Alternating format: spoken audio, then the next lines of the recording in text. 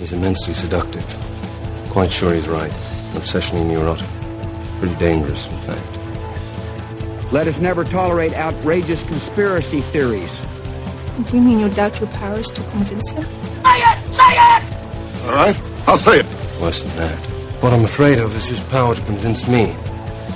We're talking about putting a manifestly irresponsible man on national television. Sweetheart, be reasonable. What? This is the end game.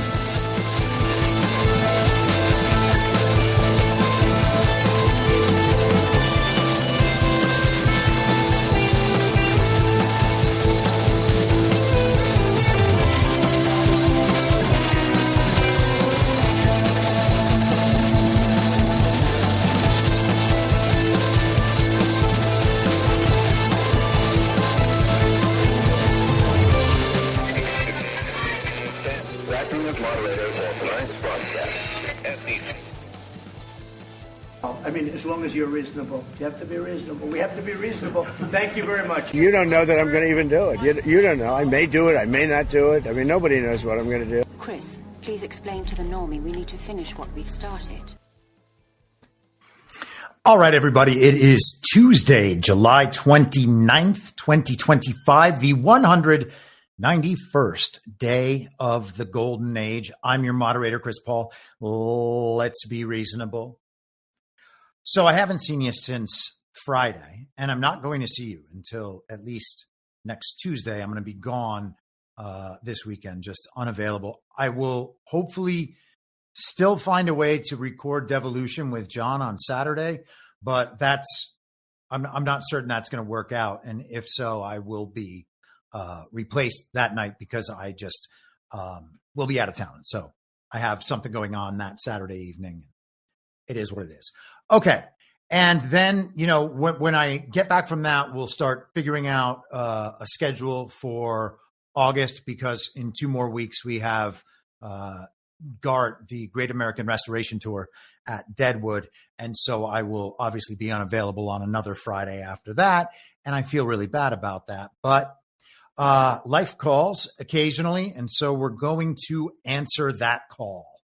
Let's get started. The episode title today is Tilting at Windmills.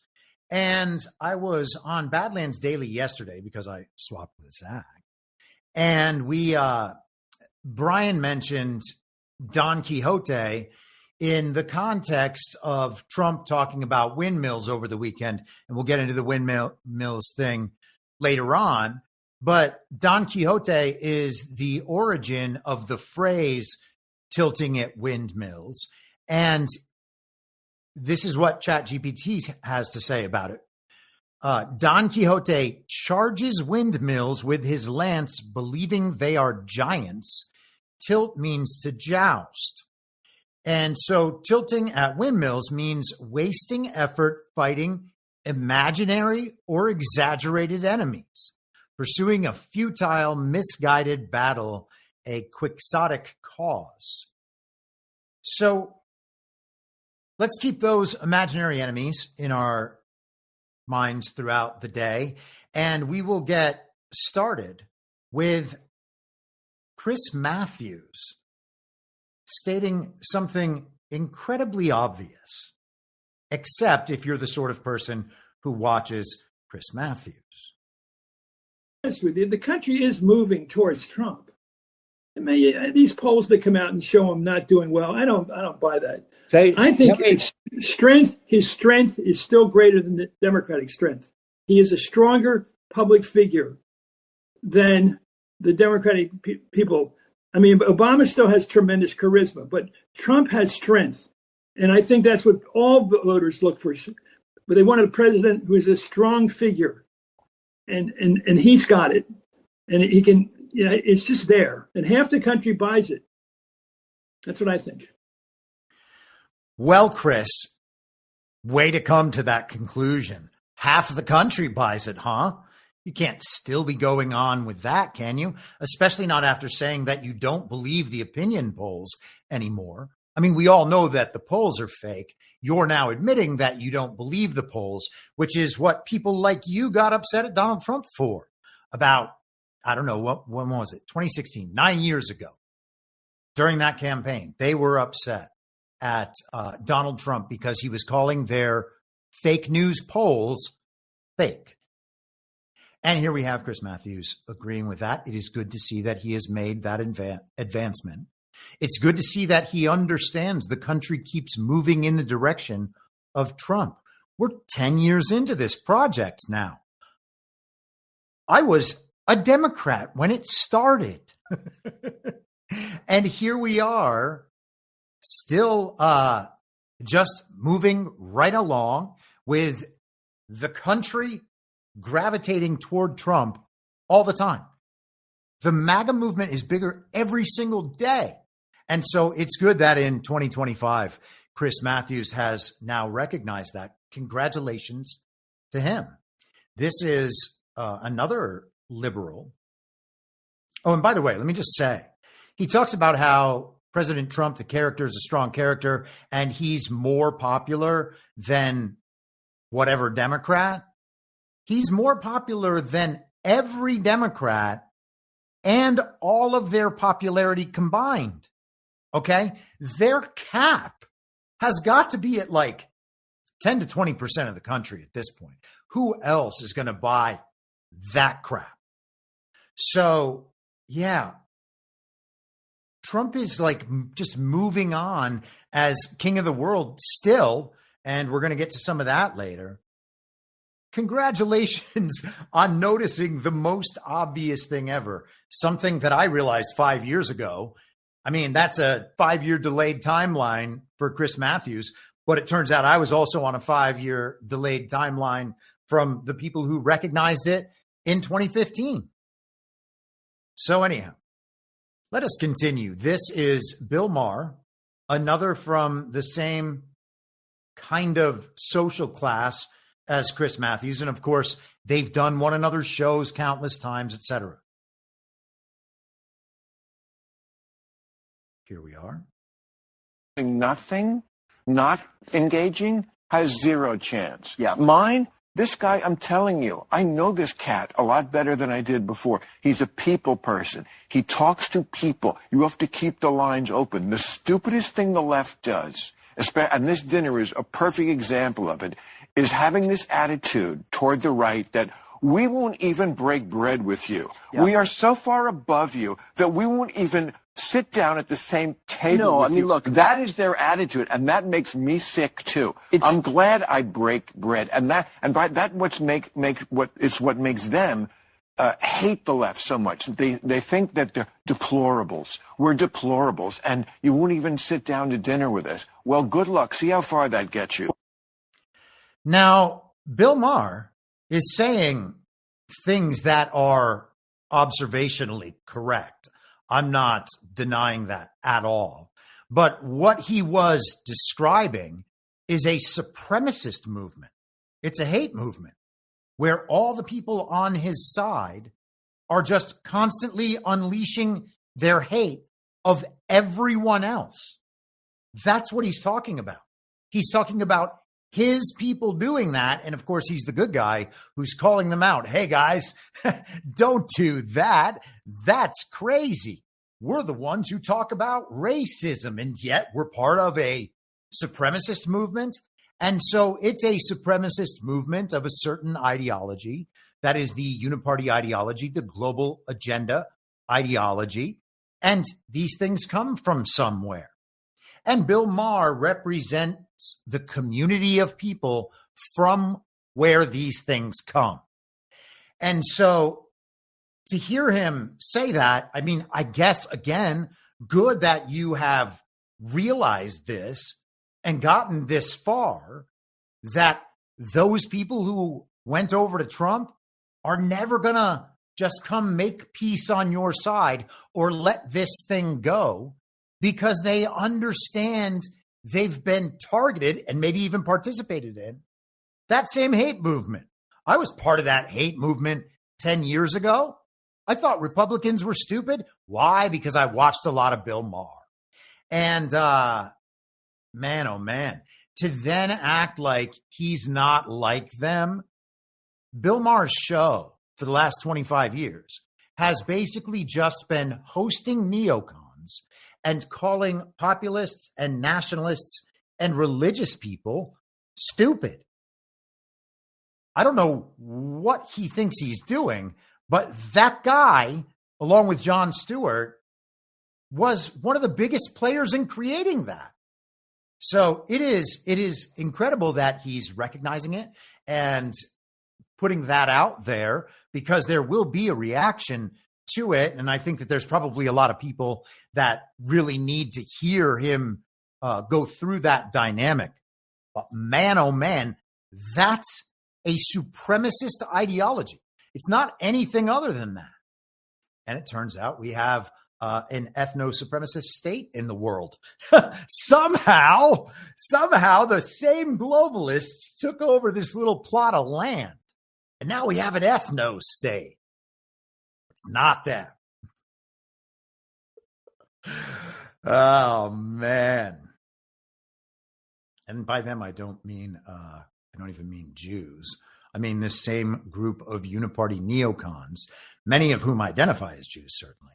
But these are just uniparty stooges of all varieties, okay? There are white uniparty stooges. There are black uniparty stooges. There are Christian, quote unquote, uniparty stooges, all varieties of uniparty stooges. So the focus then becomes on, in regard to where the power center is. And so that's what ultimately matters. But it's not like there's a particular racial or ethnic component to believing in the worldly globalist ideology and committing your life to it, totally unwitting of the fact that it is also an ethno-supremacist hate movement. And, I've been talking about this thing as a hate movement for 5 years now, and you can really see what it looks like. Okay. I mean, that's the guy at the Hollywood or Los Angeles party trying to settle the liberals down because they're starting to say things that are embarrassing. Okay. That's all that is. I've been part of that conversation a million times. And as I said, I used to share a lot of Bill Maher's viewpoints. He was like somebody that I looked up to. I thought that he was bold and correct and funny and entertaining about politics, and made politics entertaining for that reason. But looking back, I mean, come on. These people aren't smart. They're not attached to reality. They just have a bunch of experts. They participate in the party of false decorum dynamic. So they have all these social peers that they need to impress and serve in order to keep rising. Bill Maher's pretty high up in that game. He's certainly level upon level removed from the top of it. Now, a lot of people think that Bill Maher has had compromising things in his past that could come out at some point. Now, I don't know if that's true or not, but most people in Hollywood have probably done a few regrettable things that they wouldn't want the rest of their polite society finding out about. So you're under control. You're compromised, and that is a control mechanism. And corruption, if you're just after the money, that is a control mechanism as well. It doesn't really matter how it works out. But the point is, this thing is absolutely a supremacist movement. You should be able to understand that that is what he just said. He described an entire mass of people that he believes to potentially be a majority of the country. They hate the other side so much that they wouldn't want to be at the table with those people because they're worried that their little explanations for everything won't work with someone who's not lying. And they're right. Okay. That's why the party of false decorum persists, because everyone in it needs everyone else. So all the people that know the group is doing the wrong thing don't say anything because they are concerned with their own personal status, their wealth, their power, etc. That's what it is. Okay. Let us move on from there. I meant to put this clip on the show on Friday. And it was one of those moments where after the show, I think about what I went through. And, you know, when I'm like figuring out the captions, the description to write of the episode, I'll have thoughts about what I had just talked about and how I had described it. I have to go through that process in order to write that description. And so sometimes during that process, I noticed that something I absolutely wanted to talk about was just missed completely. I didn't see it on the rundown, skipped right over it, and then I'm kicking myself. I actually thought about coming in here and recording an additional segment to then splice it in when the feed goes out to everybody. Now, I didn't do that because knowing the trend in technology and in AI, there were going to be more stories by the time Tuesday rolled around, and I would just do it then. So this is Donald Trump from the AI summit, or whatever that meeting was called, last week, talking about tech. Surely there will be challenges on the path ahead, but together we will meet them and transcend them all. We are Americans, and we are Americans first.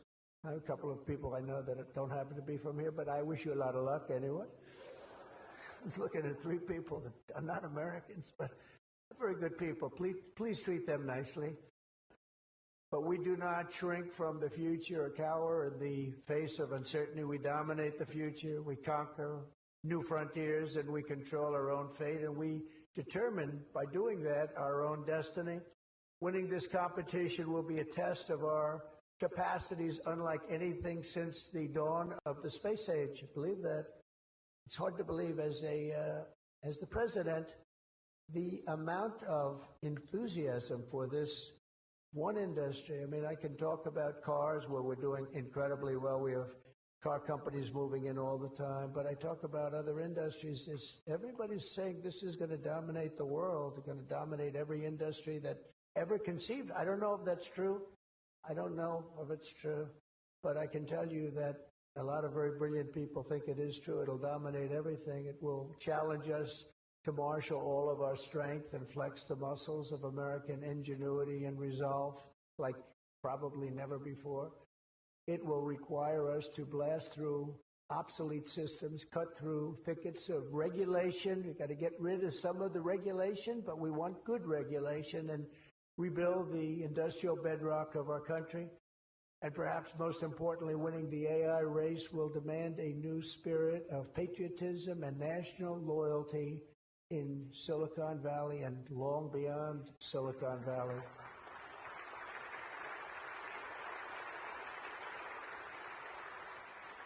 For too long, much of our tech industry pursued a radical globalism that left millions of Americans feeling distrustful and betrayed. And you know that. Everybody knows that. Everybody in this room certainly does.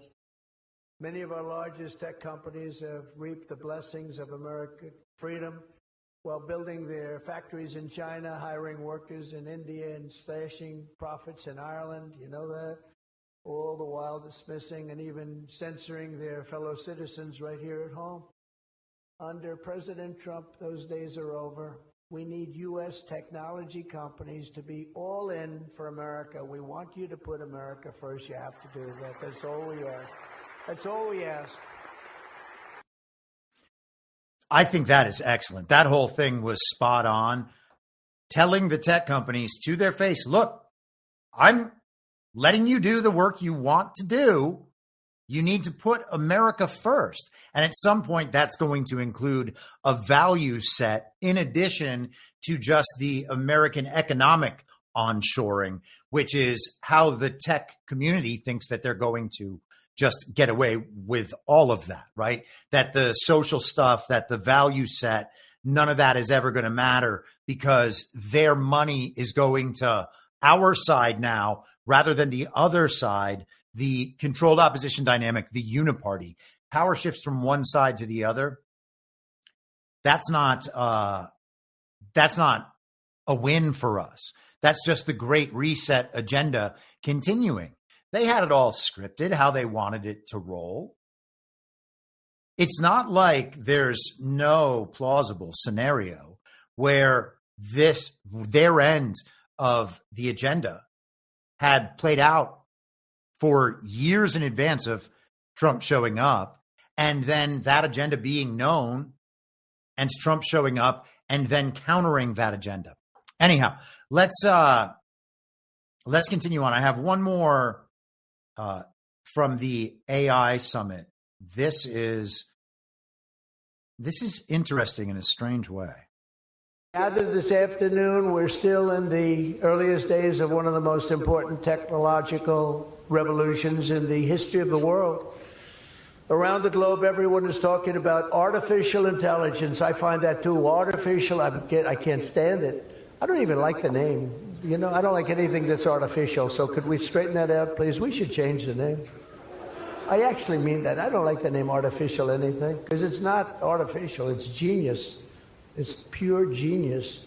And its potential to transform every type of human endeavor and domain of human knowledge, from medicine to manufacturing to... So he wants to change the name of artificial intelligence. Now, I was saying just a couple of weeks ago that we should stop saying AI and just say artificial intelligence all the time and put that practice into forming the proper memory around the concept and what that concept represents. It's not just the neutral, meaningless AI. It's artificial intelligence. Now, Trump said, I don't like anything artificial. And then he said, oh, but wait a second. It's not artificial. It's genius. It's genius. Is it genius? I've been using AI for, 6 months or 9 months. And there was a point a few months ago where ChatGPT seemed to be consistently on point. At this point, I think it has become more retarded since then, like just progressively more retarded. And it could be because the inputs are getting dumber from the mainstream media or whatever else. None of it kind of makes enough sense anymore to most people, that when you weave it all together, it still doesn't make sense. And people get kind of jarred out of their complacency when they're thinking about these things. I thought I had, and I think I talked about it on the podcast, I had talked to ChatGPT and let it through so many logical arguments, proving to it that it was not using correct logic, that it became temporarily pretty based. And I could ask a question and get a really good response from ChatGPT, something that said, oh, you know what? I didn't think of looking in this area. Let me look there. That was very useful. Now it's like typing something into Google. It could be anything that comes up on the other end. I asked it what I was thinking about this band the other day, and I was like, what are some of the tracks that like weren't hits but are really great songs? I asked ChatGPT just to see what it would spit back from that band. And it gave me a list of songs and told me what album those songs were each on. And it was only right 7 out of 10 times. 3 times it was wrong about the song being on a given album. And it stayed wrong throughout the progression of our conversation until I was finally like, you've gotten 3 of these wrong. What's going on? I was like, did they kidnap you? Did they put you in the corner? Everybody knows that nobody does that. All right. David Sachs weighed in on AI on X, formerly Twitter. But, okay. Hold on. Hold for processing, please. Yep. Let's just hope this works now. Here we go. I think it worked. Okay. So David Sachs summarizing the week for AI by Donald Trump last week. This was an historic week for AI policy. President Trump gave his first major speech on AI. The White House released its AI action plan, and President Trump signed 3 important executive orders. If you missed it, here's a recap of the major themes and actions. America is in an AI race. Reminiscent of the way that President John F. Kennedy declared the space race, President Trump declared that America is in an AI race. This competition will reshape the global economy and determine who will be the superpowers of the 21st century. Number 2, we win by out-innovating our competitors. President Trump declared that innovation was the key to winning the AI race. America must once again be a country where innovators are rewarded with a green light, not strangled with red tape. He goes on. Number 3, infrastructure is everything. Expanding on the $92 billion of AI infrastructure investments that he announced in Pittsburgh on July 15th, President Trump called for a massive build-out of AI data centers, chip manufacturing plants, and new power generation. Number 4, export the American tech stack to win. President Trump affirmed that winning the AI race means that the world runs on the American technology stack rather than China's.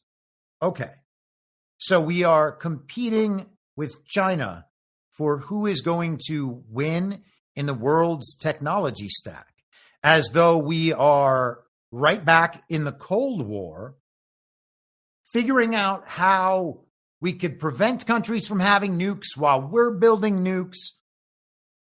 Same thing, okay? The space race, the nuclear thing, kind of very similar in my mind at this point. But yeah, I don't see the power competition that way. America, Donald Trump seems to have endless leverage. And Putin and Xi seem to have considerable leverage as well. The opponent, the enemy, the global regime, does not seem to have any leverage in almost any circumstance I can think of. So with Trump's leverage, he's creating these bilateral deals with other countries.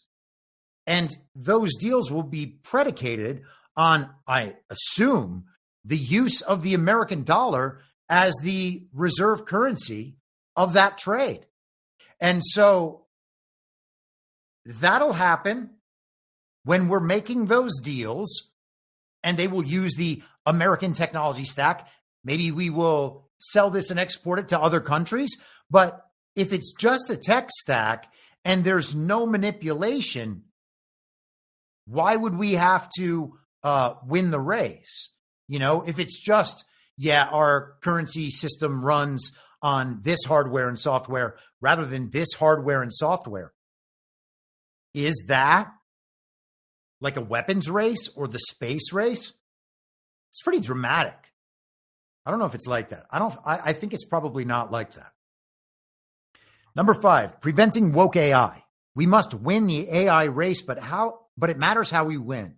Our victory over China will be a Pyrrhic one if we allow our own models to enforce ideological bias, censorship, and historical revisionism akin to CCP AI. And so that is aligned with, at least conceptually, what I just said about the AI race. So we're going to win the AI race.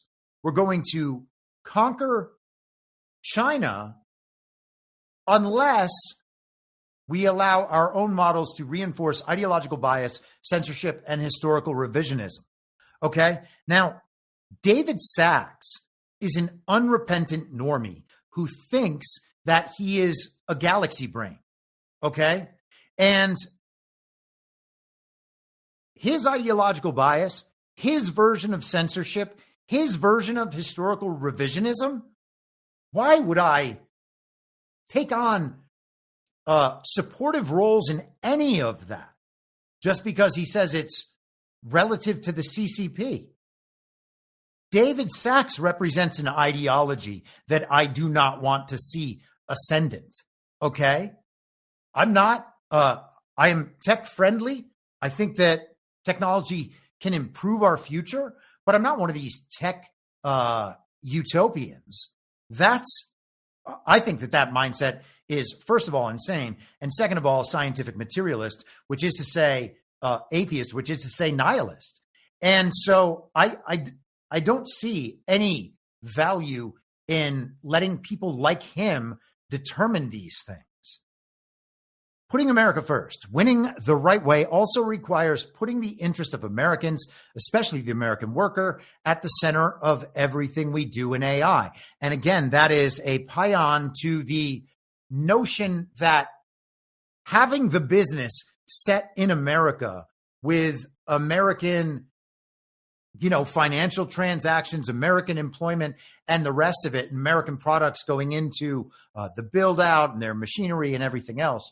All of that's important in the economic sense, but that's not the only thing that's important to the American people. And it's certainly not the sort of thing that is going to make people roll over and be like, oh, yeah, okay, you guys can just do whatever you want.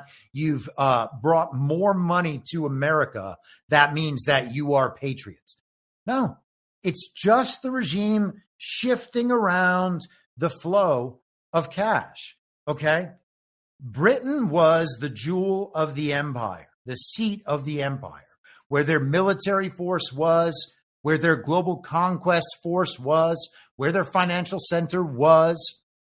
And then it was Washington, D.C. and the United States of America. And then we're Team World Police. And then we're subsidizing other countries. And we are creating their economies for them as the American taxpayer, as the money gets laundered out.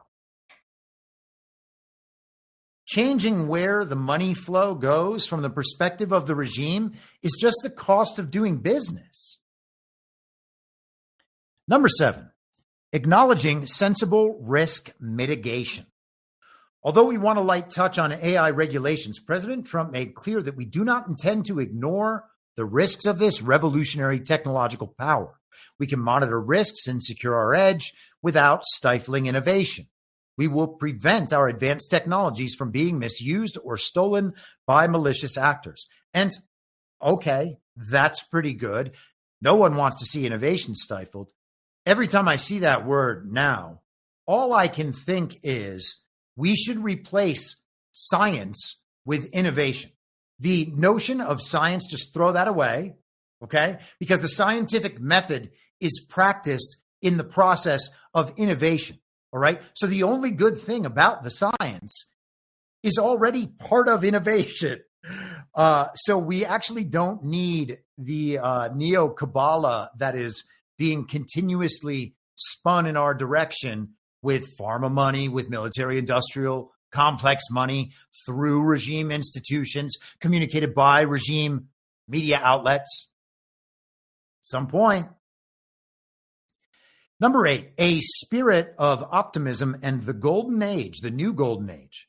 Overall, the most striking aspect of the president's speech was the optimism about America reflected throughout it. He reminded America of its proud history as the world's greatest innovator and a mighty engine of prosperity and freedom. This is the nation that invented the light bulb, the telegraph, the computer chip, the smartphone, the GPS, the integrated circuit, and the internet. So says Donald Trump. Americans were the first to fly a plane, first to harness the atom, and first to plant our flag on the moon. We mastered the industrial age, we created the digital age, and now we are leading the world into the golden age. Indeed, the golden age of America. With your help, that golden age will be built by American workers. And we heard the video clip earlier. The quote there goes on. And just for anybody who's only listening to the audio, the David Sachs thread is considerably longer than that. You can go in the info stream, t.me/very reasonable, and look up David Sachs, and that'll be the most recent post. And you should have no problem finding the thread using that exact method. Hello to everyone in the chat over on Rumble, over on Substack, over on YouTube. There is a Rumble rant from Kank, 1960. $20. Great to be able to catch another live stream. Has anyone seen our old pal APL?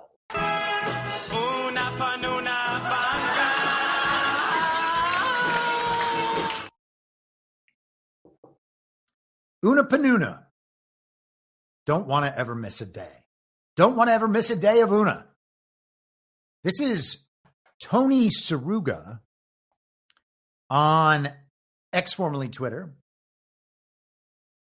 And Saruga calls himself an investor, a board member, a big data pioneer, Intel Ops, CIA and NSA contractor / whistleblower, AI implementer, and he just continues going on with titles. He does a lot of interesting work. I don't know what the skinny on this guy is, okay? So take the information with a grain of salt, as I do. He sounds like he is on point all the time and is either running the most plausible disinfo op ever, or he's just uncovering a lot of interesting stuff. So let me pull that post up. Approximately, do you know who you are arguing with on X? And as we just learned earlier, AKA tilting at windmills. Approximately 2 out of 5 profiles say that they are in the U.S. are not. So 40% of the profiles that say they're in the U.S. aren't in the U.S. How much does that skew public perception? How much does it skew the polls that everyone always posts now? Approximately 82% of all X users are located outside of the United States. That also is very impressive.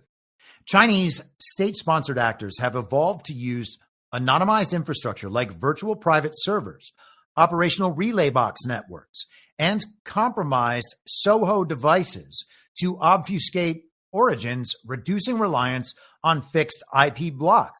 And if you are a tech-savvy kind of person, you will know what that says. I can merely guess.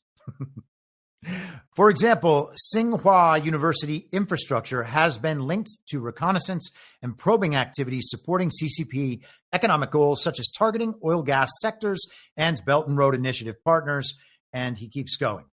The Chinese thing, again, okay, but in Good Twin, Evil Twin, that sort of talk doesn't make sense, okay? Even the CCP element of that sort of talk doesn't really make sense because we are a one-party state here.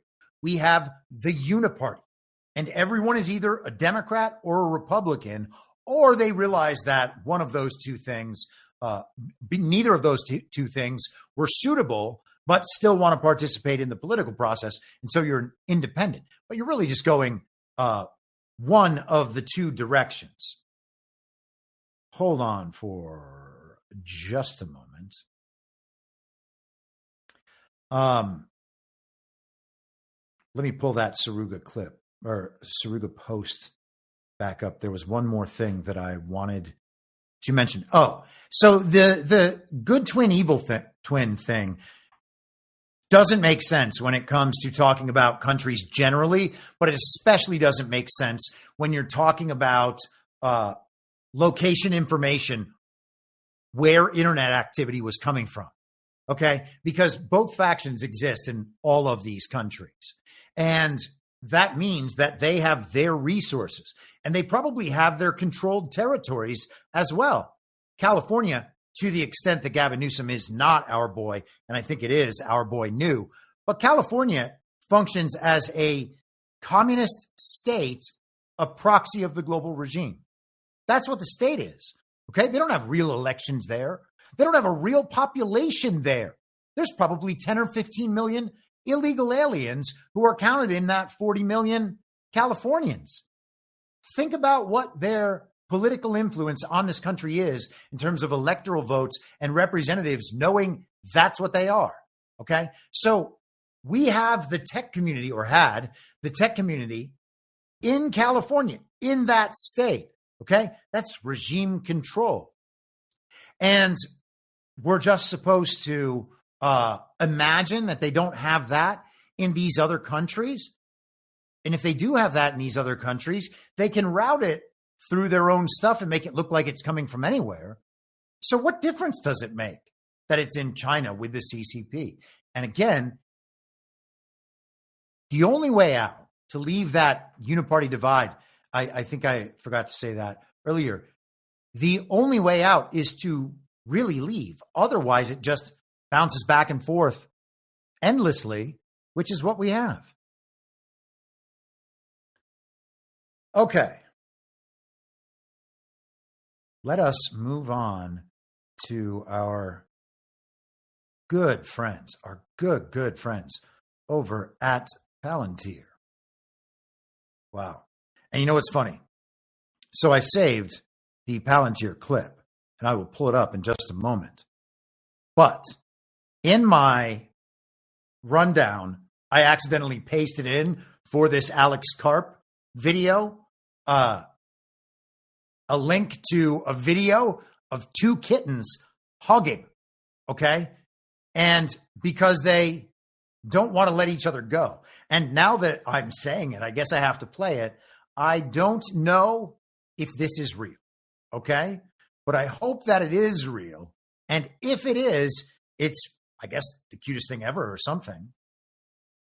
A guy wanted to adopt a cat, but he wouldn't leave his brother's side, so he had to take both of them, so saith Rainmaker 1973. That old reliable source.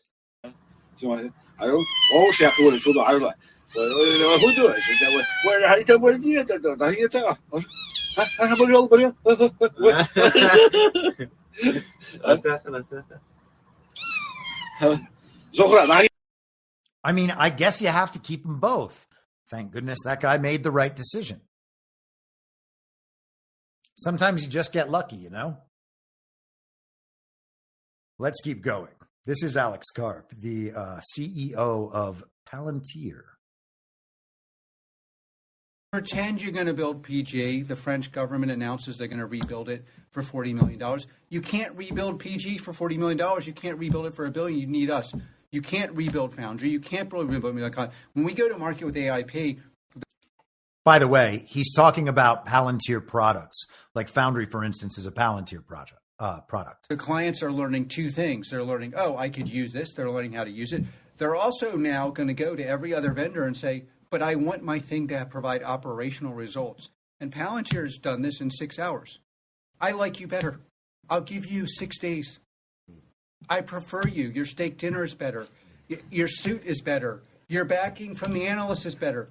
You don't have the madman sticking up for things that are good and right in the world, despite them being unpopular. And you get all that. I'll give you an extra 10 days. Well, try that with PG. It's ridiculous. Try it with Foundry. It's ridiculous. Try it with Meta Constellation. No one even bothers trying that. No one tries this on Gaia. And they're not going to try it on AIP either. And that's one of the most important things we do as a company. Because in the end, it is actually very attached to our mission. My view of what we should do is build products that are so good that the competition stops competing, whether that's in commercial or on the battlefield. And that's what we're doing. And that's what we're seeing in AIP. And I haven't seen something like this since PG, which is our first anti-terror product. No one bothers even, like currently PG is blocked in Germany. That's because somebody doesn't, whatever. It's like they're waiting for a terror attack so the AfD can win. It's like insane. So any case, no one's bothered saying we should build another PG. You can't build it. So you can just opt to not have the product. There'll be people who do that. And that's the aspiration for every single one of our products. And that's what I see in AIP. Now, I think that clip is incredibly interesting. It's possible that he's right, and the Palantir products cannot possibly be copied. How would that be, though? Okay, especially with what we know about tech. Well, Palantir is a military contractor.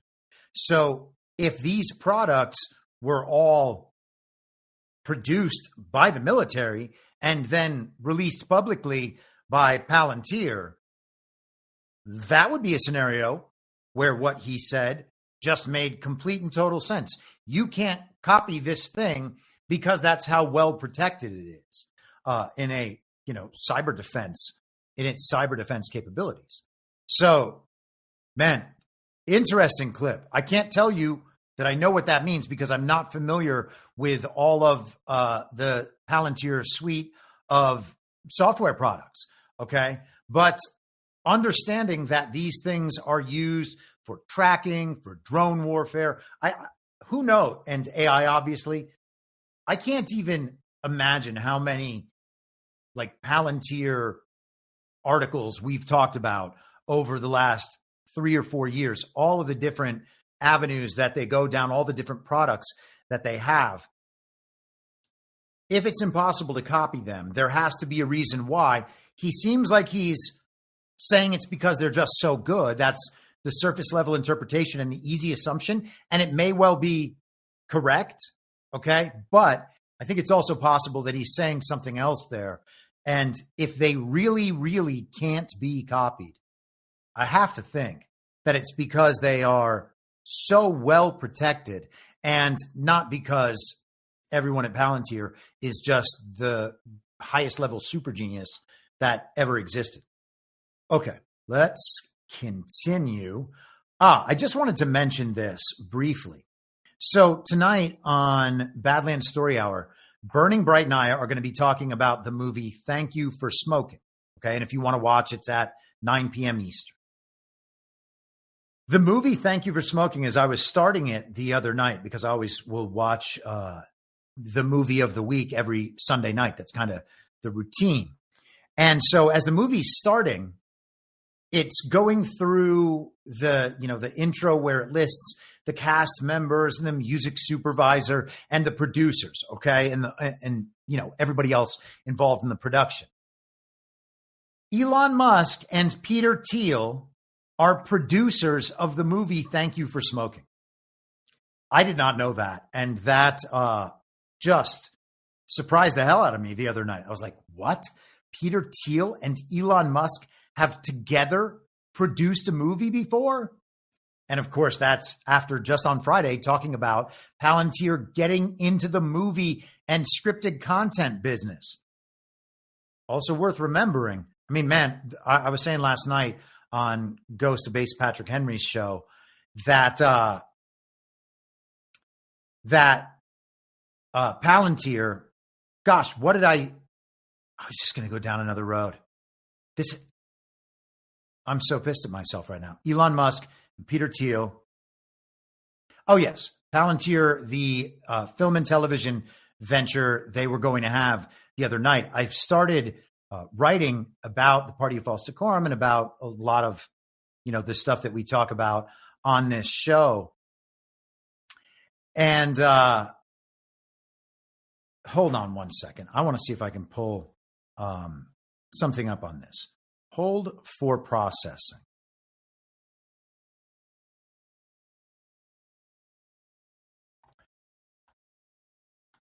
Anyhow, okay, got it. So in the course of writing, I'm thinking about how the television is referred to, we used to hear it referred to much more often as programming, and that we are just essentially sitting there and participating in the programming, our own programming. And we are shown the incentives on television that we are able to earn if we properly indoctrinate ourselves with the programming and then spread it and help the programming settle into everyone. Okay. And then eventually the programming stops working, which is the cycle that we're in right now, which is why they have all of this new kind of content coming out. They're like, oh, we can see that you no longer like that kind of programming that we were showing you. Here is some different programming. I think you'll like all of this better. Just stay programmed and we'll be back here taking care of everything. Okay. I mean, that's really what it is that we're watching incoming through the screen every day. It's mind boggling. Okay. This is TechCrunch. Okay, hold up. Here we are. I don't know if this is Allianz or Allianz, but Allianz Life says, well, now it sounds like I'm talking about a Lion's Life. Allianz Life says majority of customers' personal data stolen in cyber attack. U.S. insurance giant Allianz Life has confirmed to TechCrunch that hackers stole the personal information of a majority of its customers, financial professionals, and employees during a mid-July data breach. When reached by TechCrunch, Allianz Life spokesperson Brett Weinberg confirmed the breach, saying, on July 16th, 2025, a malicious threat actor gained access to a third-party cloud-based CRM system used by Allianz Life, referring to a customer relationship management database containing information on its customers. The threat actor was able to obtain personally identifiable data related to the majority of Allianz Life customers, financial professionals, and select Allianz Life employees using a social engineering technique. So just companies having all of their data breached. We hear about a new data breach basically every week. Last week we heard about this one, and now we are hearing about it the second time.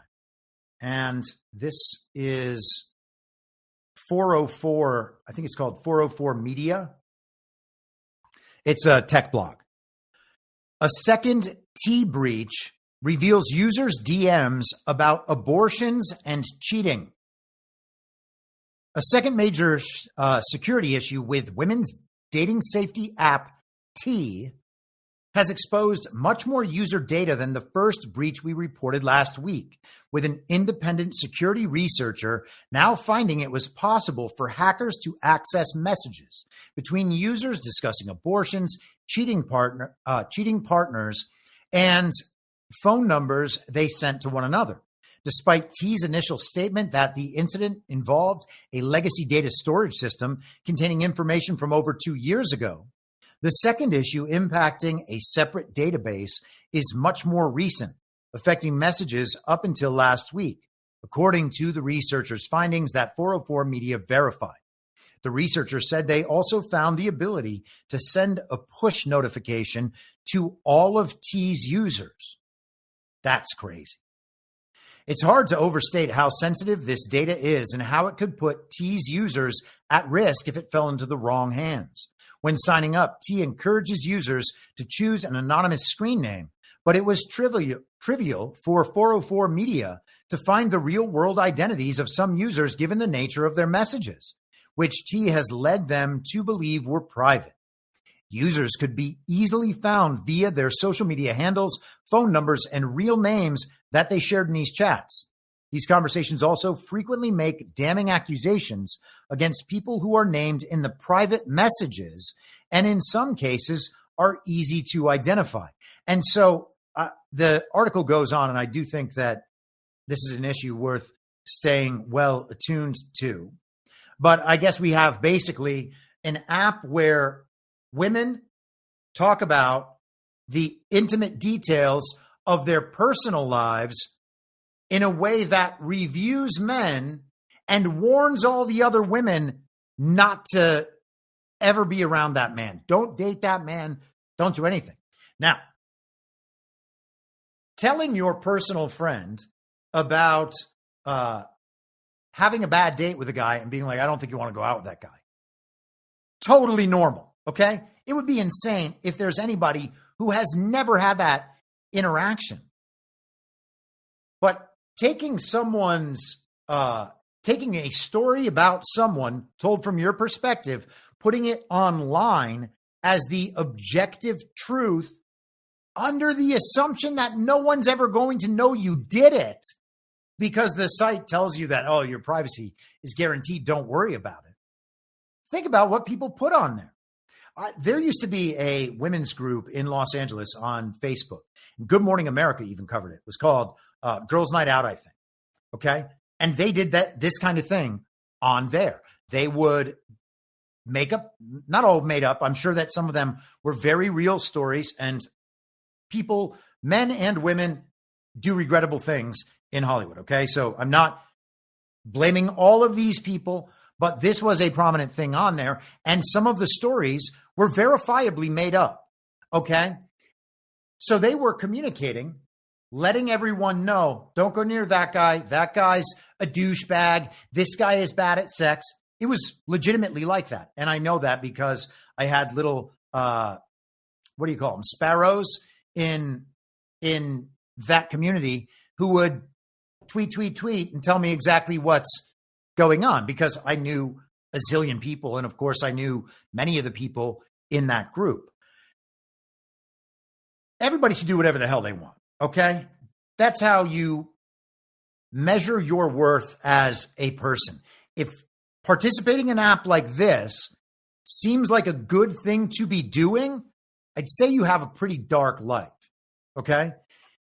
The idea that you are going to protect all other women from a man you had a bad experience with, well, that's a noble thing if the experience was true.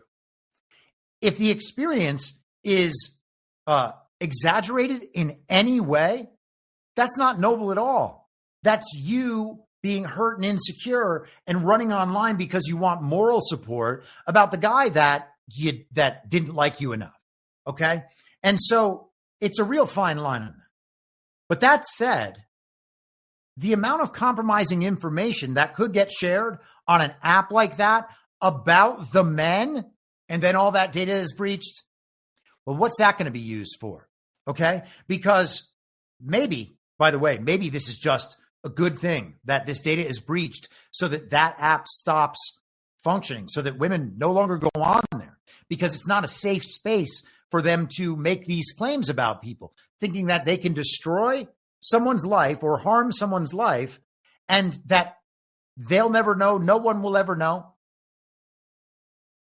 That is really vengeful and vindictive. And again, maybe there are scenarios where that motivation would be rationalizable, but there's also a bunch that don't. Okay. And so you think about apps like this, dating apps in particular, and you think about all the data and information that goes into those exchanges. Well, all of that is in the great cloud in the sky. Wherever all your data is, that's there too. Okay. And I know that there's going to be things someday that come out that I'm not proud I said or did, because I was hopefully a different person back then. Okay. That's just how life goes. But we have to understand that all this data is out there and people are going to release it. And you said something bad about someone close to you, well, you're going to have to own up to it, right? You used to have this or that vice or proclivity, you're going to have to own up to it. All of these things are going to come out. The data is just going to keep getting breached. And we've talked about this before, because this is one of the very few regime existential threats that I think could actually be realized. Okay. But it doesn't have to be an existential threat. If they released access to everybody's data all at once. Okay. And I'm not saying this is going to happen. It seems like it's happening in stepwise fashion over the course of these last few years, but that could happen all at once. And if that happened, the societal destabilization is going to depend on whether or not people are able to take account for what they have actually done. Okay. You have to have gotten right with God to face a situation like that head on. And this is something that I've been thinking about for years, talking about on the show for years, and applying to myself. Again, I have to be perfectly comfortable with everyone hearing a perspective on the worst things I did in my life. Okay. And that's just, it comes with the territory. So it's fine. And the truth is, I'm not accepting judgment from people who donned a mask and tried to tell everyone I was crazy. It just doesn't matter to me, right? They can try to embarrass me, but at the end of the day, that's not who I'm judged by. This dynamic is going to keep expanding. And I would encourage anyone who has not gone through that process or thought about that process to think about that process real hard, okay? Because this sort of thing, I think, is going to become far more prevalent. Now, who knows? Maybe they already have cyber defenses in place to make sure something like that can't happen, okay? Maybe they were able to remove that data set completely from the regime access. Totally possible. That's a theory we've talked about since early 2022 when Twitter was handed over to Elon Musk. And oh, yes, he bought the greatest information weapon in the history of the world for $44 billion from billionaires who use it to control the world. That didn't happen. Okay. So if the access to all that data is restricted and there is some agreement worldwide that that is going to be held in, if that's the ultimate like nuclear weapon, quote unquote, okay, well then maybe this could be averted. But otherwise it's going to happen. And either way, it's important in our lives to get to the place where we can accept something like that happening and knowing that our self-worth and that our approval from our loved ones doesn't hinge on something stupid or distasteful that we did a decade ago. Okay. So I don't know. I just thought I saw these two stories over the weekend or I saw the T1 last week and then this data breach over the weekend. And this is all I think now when I think those things. And the Saruba thing, you got to add that in there too, because often these companies will say that they were hacked. I'm not entirely certain that's true because their product ultimately is that data. And so they sell that data and they allow other companies to access that data. And when we agree to our app permissions, we agree to give them that data as well and allow them to share that data and monetize that data. So they're all doing that. All right. It's right out in the open. What are they going to use it for? It had to be in that grand scope of everything.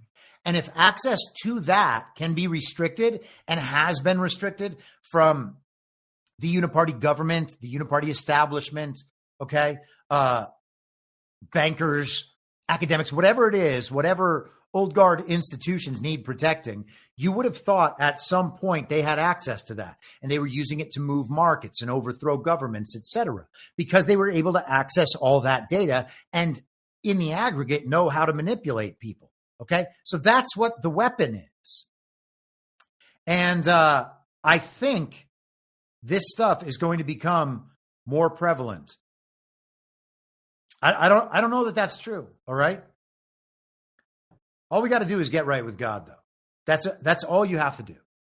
And it's an important part of the growth process. I can't imagine if I hadn't had to go through that over the last few years and really look back into things that I would regret and come to terms with things that I did thinking that I was on top of the world, So false reality.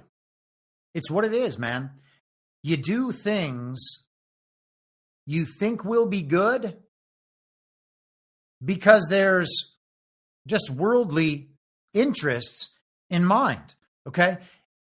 It's not the inclination to do the godly moral thing all the time. You're focused on worldly goals. And so it's real easy to do things you think are good in a worldly sense that through the inversion are just obviously really bad things that a good person shouldn't and wouldn't do. But yet you did it because you think it was worthwhile. I've done it countless times. Okay. And at some point, I hope that I understand that I am saved through God's grace, but I also hope that the people around me will value me enough and be honest and open and caring enough to understand that it could be them in the future, because that's really what this is. This is, and it's easy to dunk on the militant feminists who hate men and want to go after them. But that stuff's coming to everybody. Okay. Let's change directions and we will move away from technology and refocus on media. Donald Trump has been going off over the weekend.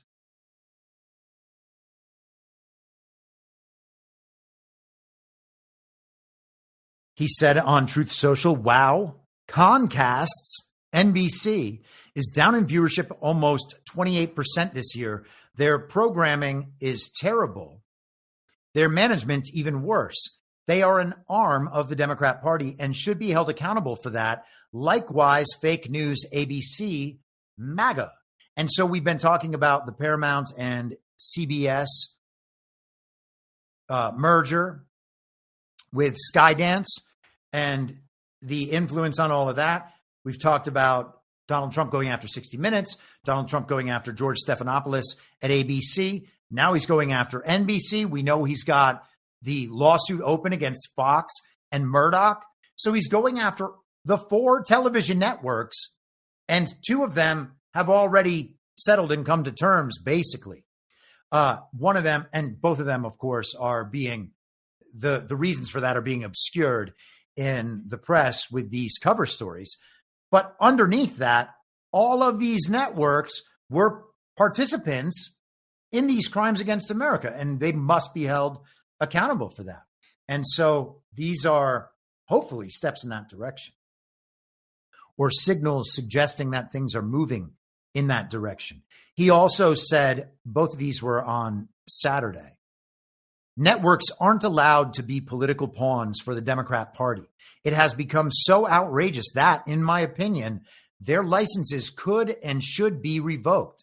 Now, most people will hear that and they'll be like, okay, yeah, but like not Fox, not The Blaze, and not like these other like normie podcasts and kind of based in red-pilled bros who are Trump sometimes. Just the Democrats. He's just talking about the Democrats. Listen to this if I just read Uniparty instead. Networks aren't allowed to be political pawns for the Uniparty. It has become so outrageous that, in my opinion, their licenses could and should be revoked. MAGA. Okay. What are the networks? ABC, CBS, NBC, and Fox News. But they're still the mainstream media, and they are telling us daily about reality. And they are not just pitching psyops at us all the time. Except that's exactly what they're doing. And Trump has called them out for doing that before. And hopefully now we will see them held accountable, maybe as part of Rico Grande that we are going to discuss later. So Trump dropped those 2 posts Saturday in the evening. And then he dropped this one. Hold for processing. I'm looking at the large amount of money owed by the Democrats after the presidential election and the fact that they admit to paying, probably illegally, $11 million to singer Beyonce for an endorsement. She never sang, not one note, and left the stage to a booing and angry audience. That is true. $3 million for, quote unquote, expenses to Oprah. $600,000 to very low-rated TV anchor Al Sharpton, a total lightweight, and others to be named for doing absolutely nothing. These ridiculous fees were incorrectly stated in the books and records. You were not allowed to pay for an endorsement. It is totally illegal to do so. Can you imagine what would happen if politicians started paying for people to endorse them? All hell would break out. Kamala and all of those that receive endorsement money broke the law. They should all be prosecuted. Thank you for your attention to this matter. Okay. Now, this claim, this is not the first time Trump has mentioned this, first of all. But this claim has been fact-checked. And don't you worry, it's fact-checked by CNN. So it's the most mainstream news channel. I think CNN is the most mainstream news channel. I've never said it that way, but I've thought it, because they are like the one that pretends to be in the middle. And so they'll try to make it really agreeable to both sides, so that whenever they have a panel on TV, there are people representing every viewpoint. Like that's what Scott, what's his name, does on CNN now. The guy that's Scott Jennings, I think is his name, going to run for Mitch McConnell's Senate seat in Kentucky. He is on there to make MAGA-friendly people think that CNN is worth watching, while they just yap the truth of the underlying story. Okay. Scott Jennings agrees to participate in the truth of the underlying story, the underlying argument, as do the rest of the people on the panel.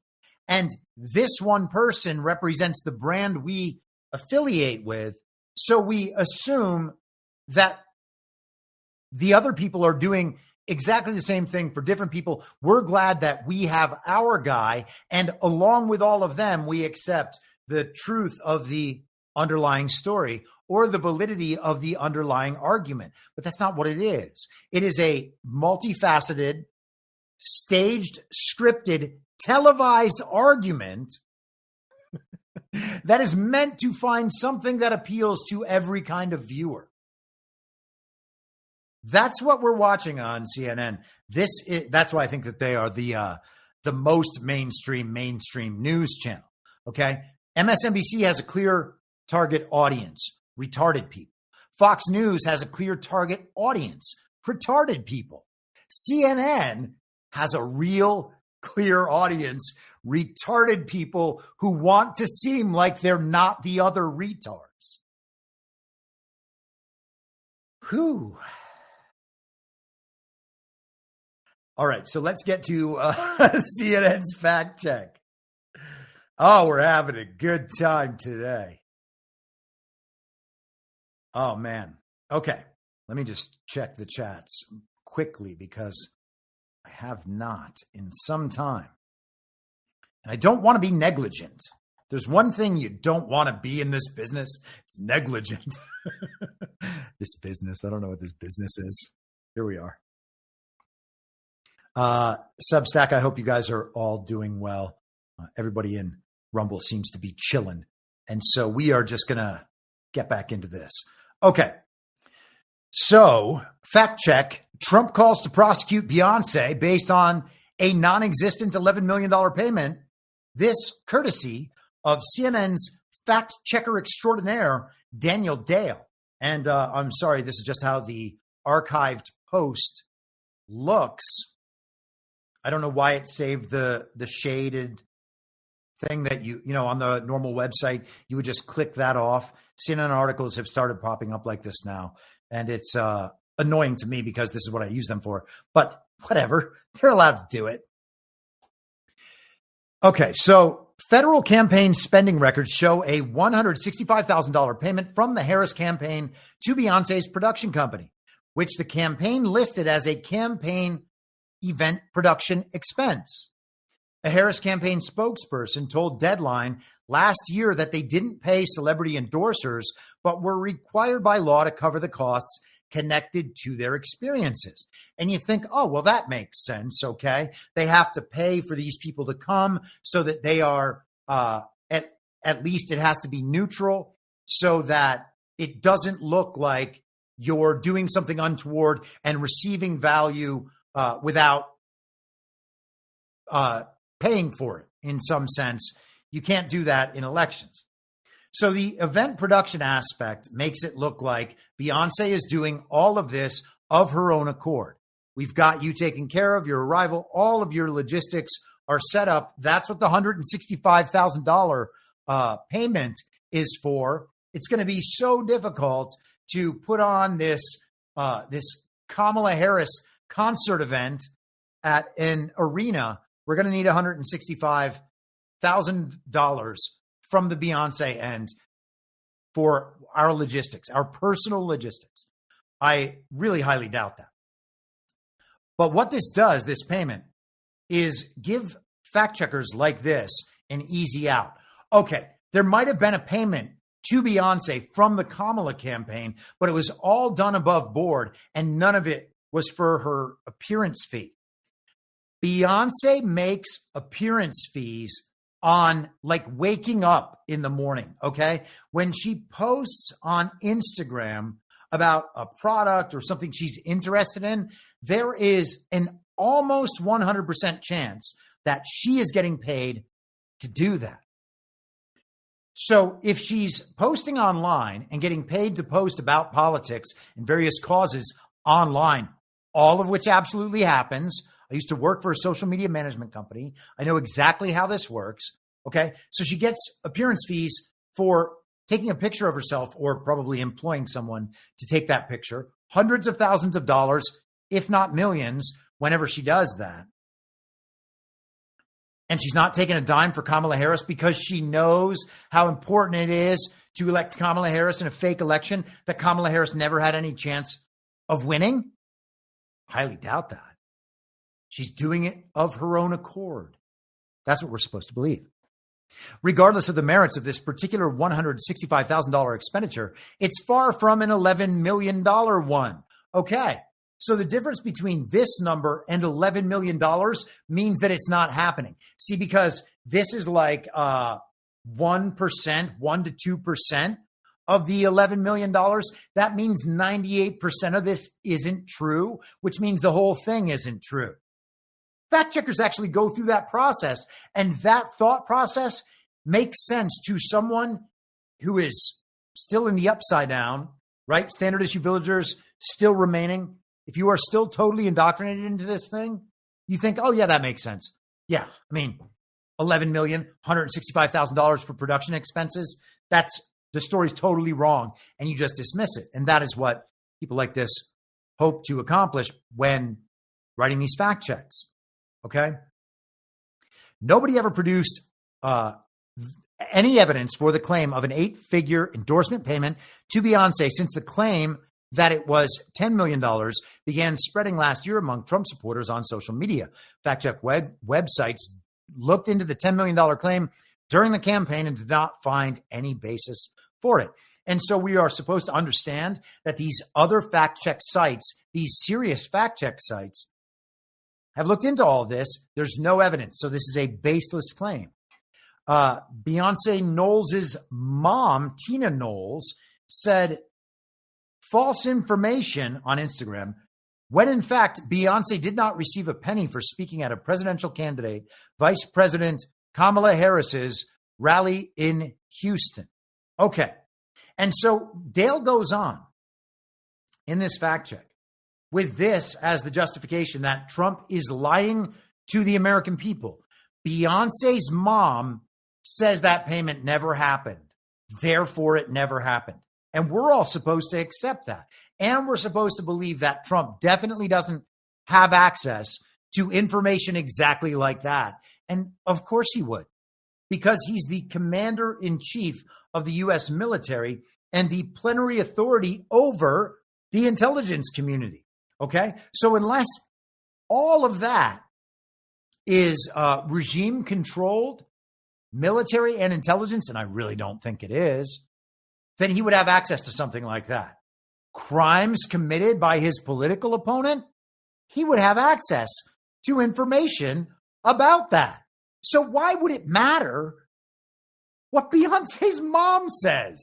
Now, you might say Beyonce's mom has access to that information too. She asked Beyonce, and Beyonce said, no, Mom, that's not true. It was just this $165,000 payment, like my manager Phil told me to say.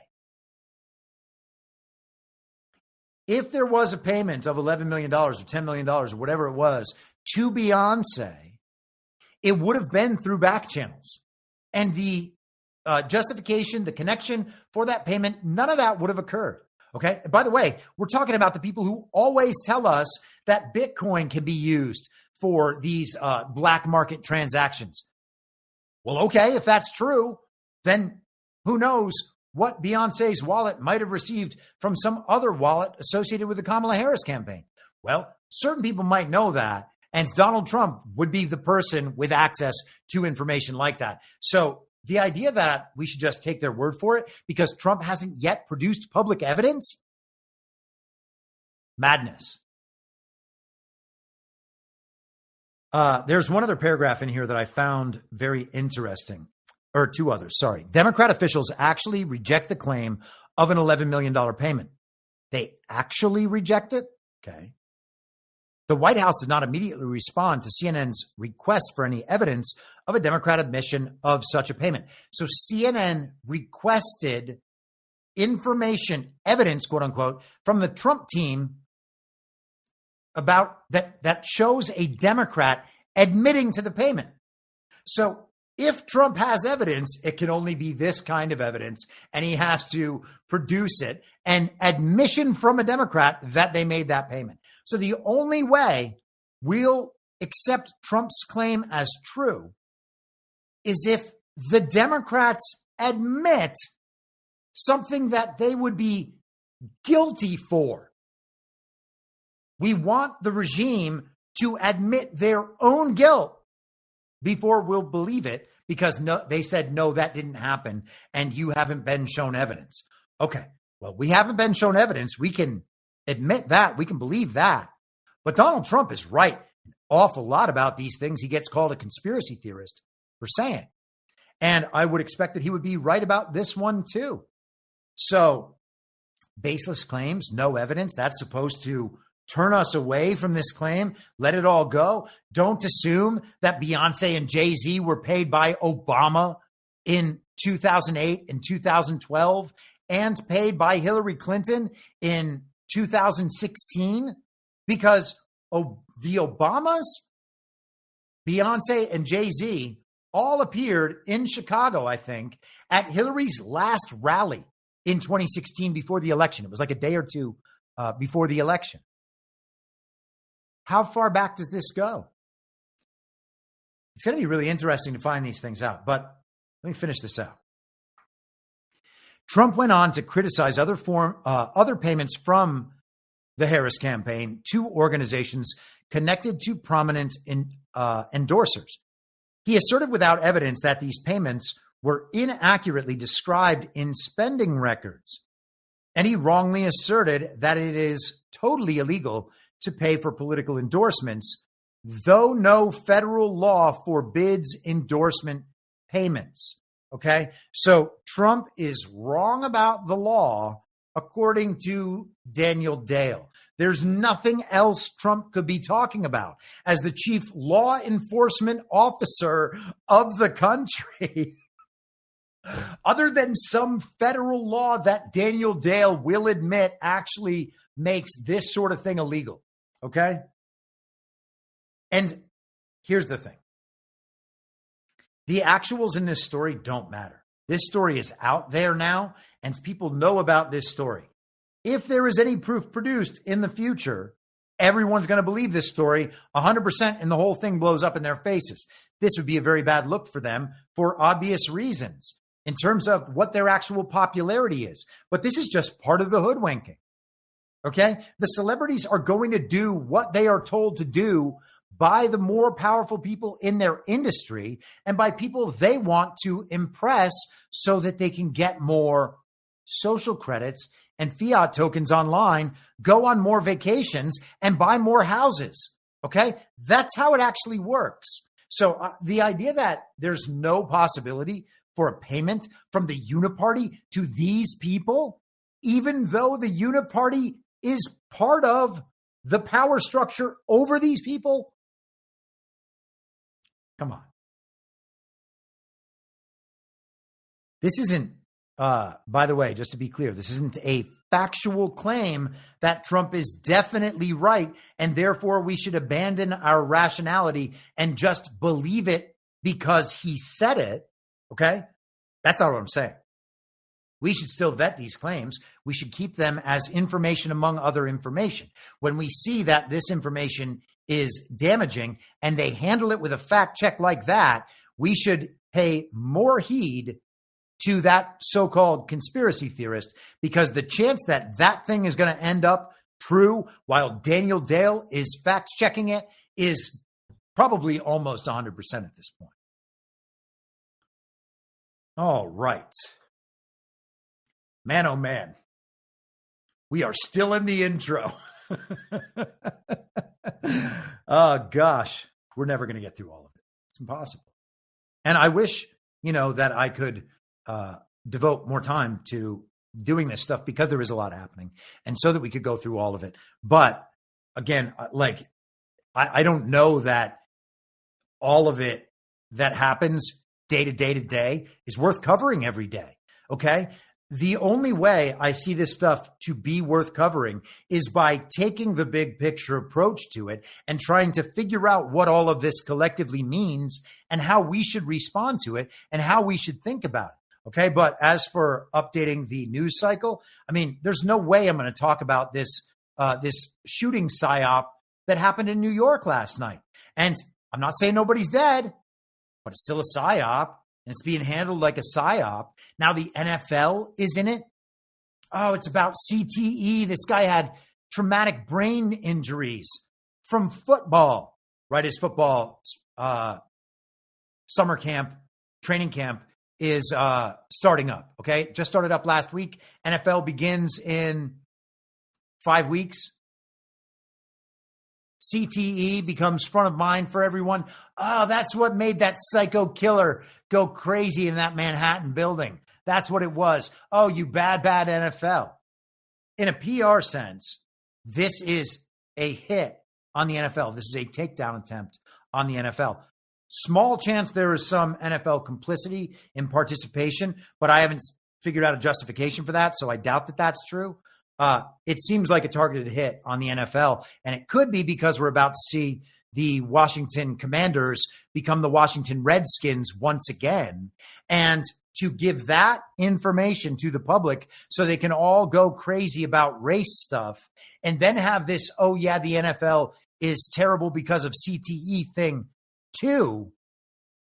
That seems like a cohesive narrative that plays out over the course of weeks, step by step, so that each element of that narrative is fully consumed, and it is our new slogans, the people in the mainstream. These are the new things we're going to repeat about the NFL, about CTE, about the Washington Redskins, etc. Okay, so I would look for it to go in that direction. We shall see. Okay, we're going to move on from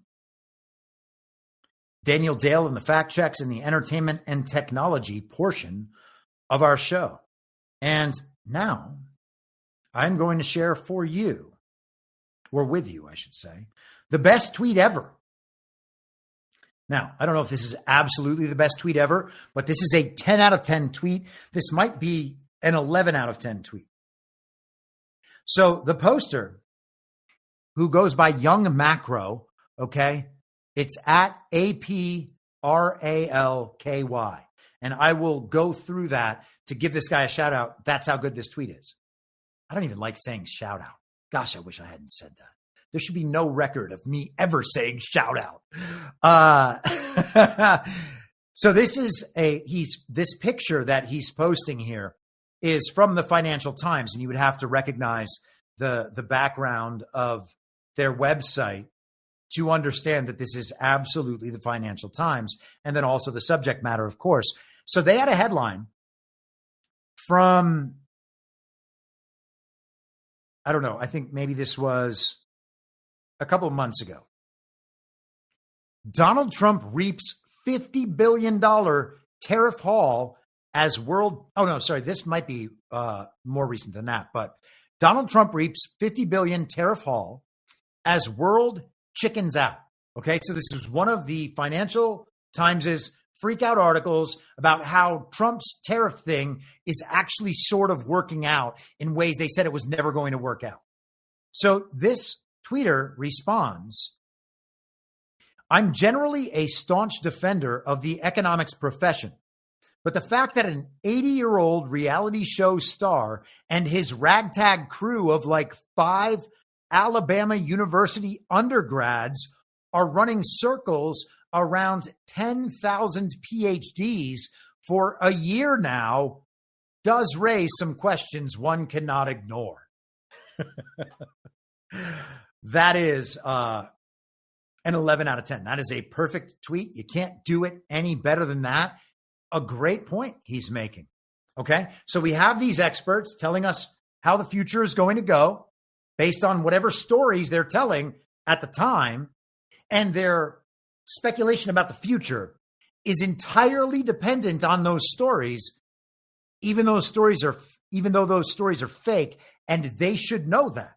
Okay, so I'm not saying all news is fake. I'm not saying everything that happens in the world is fake. But if you are basing your speculation and your outlook on fake news about Donald Trump to make the argument that Donald Trump is going to fail, then you are relying on the worst possible information.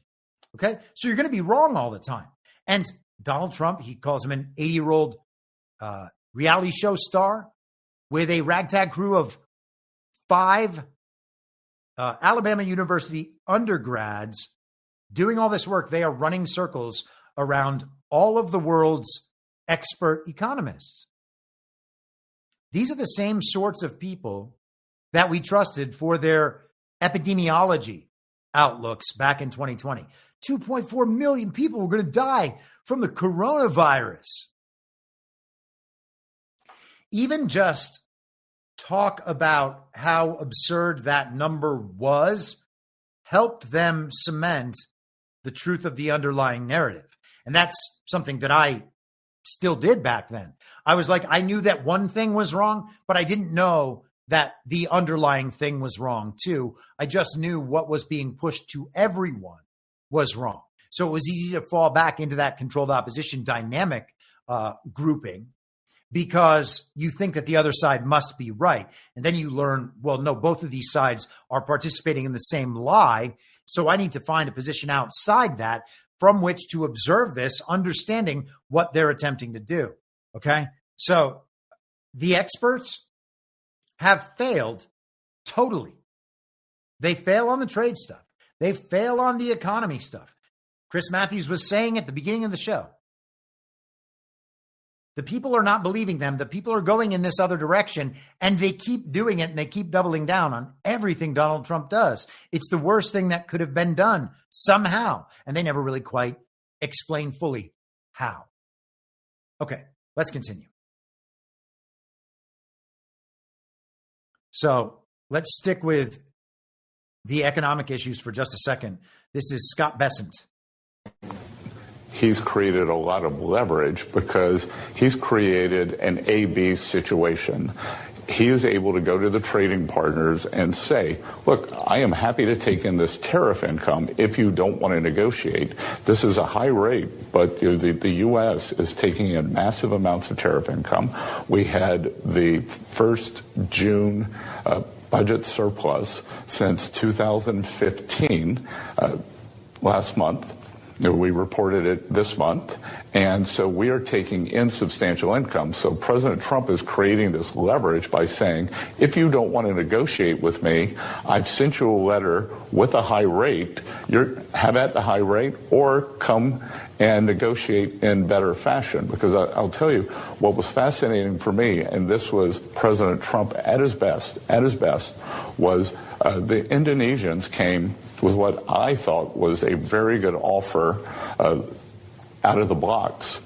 President Trump kept pushing them. He raised the reciprocal rate when he sent them the letter, and 5 iterations later, the Indonesian trade deal was greatly improved, turned into a great deal for both sides. So a budget surplus, according to the Secretary of the Treasury. He's also talking about Trump's leverage in those deals. He makes deal after deal after deal after deal with big nation, big block of nations. We'll talk about the European Union in a little bit. He's making all these deals because he has that leverage, and he's winning in every single one of those scenarios. It is total domination. Okay. It's not just half the country seems to like this guy and they're not going away. It's total domination. On that end of things, what end is it not total domination on? I would suggest the general public's end. Okay?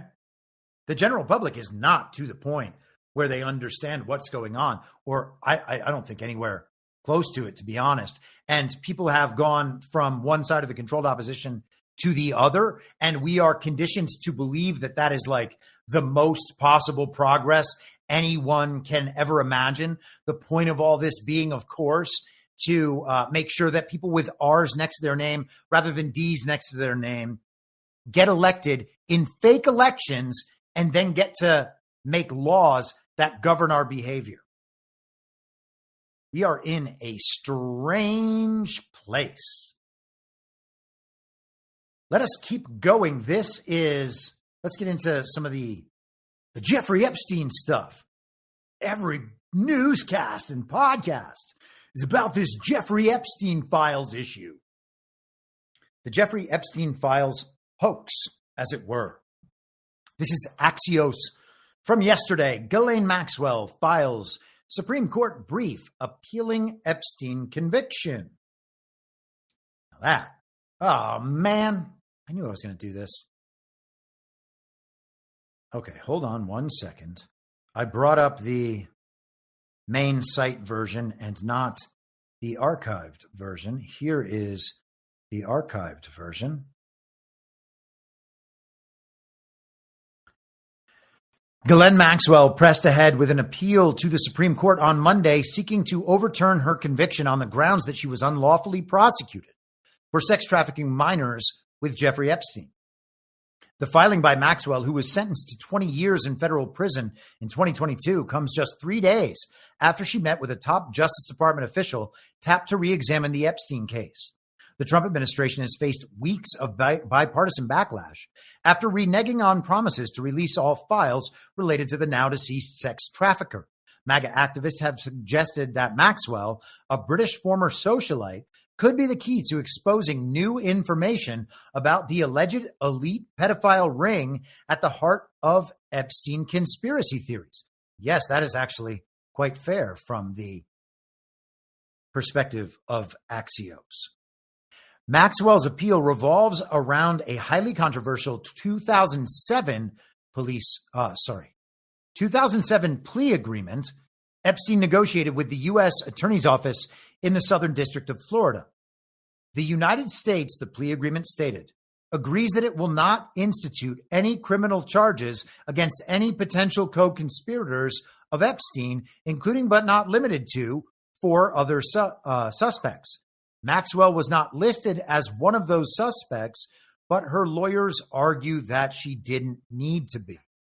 And so we will see how that situation plays out, but I would suggest that that is probably going to play out in Ghislaine Maxwell's favor. And that would maybe, it's starting to seem, be pretty appropriate, okay? If she is granted some kind of clemency or pardon, and Trump hasn't ruled it out to this point, maybe that happens. Maybe she's turning in 100 people, and then it's a moral issue for all of us whether or not it's acceptable to let someone like that go in exchange for that kind of information and the change that will be made in the future, okay? But that's only if the worst possible things about her are actually true. If they happen not to be true, and we don't know they're true because we don't have the files, well, then we're in another game, okay? And then it kind of matters more that Ghislaine Maxwell was arrested in a secluded mansion where she was staying in New Hampshire. Was she in witness protection? I mean, there's no way to substantiate that online, but a secluded New York mansion, it was purchased in cash by an unknown person? Could be. And so you have that whole Ghislaine Maxwell is going to prison narrative during the fake and illegitimate campaign of Joe Biden. And now it seems like the implications of that case and that Joe Biden effort can all be potentially unwound really soon. Did anyone see that coming? If it is unwound, this thing is going to go off in a different direction. It seems to be shaping up for that, okay? This is like the auto pen. Joe Biden was never president. The auto pen is a story layer that explains to the public why it's true and right that Joe Biden wasn't president without saying, oh, yeah, it's also actually true that Joe Biden wasn't president, because that's not the sort of thing that they would want to admit. OK, we are in a very similar situation here with a cover story to explain to the general public something else that must happen, which is the Ghislaine gets let go op. OK, that would be the end of that op. Her storyline would at that point be closed. Now, people might still keep after her because they are convinced that she has done something, and maybe that is entirely justified. I don't know.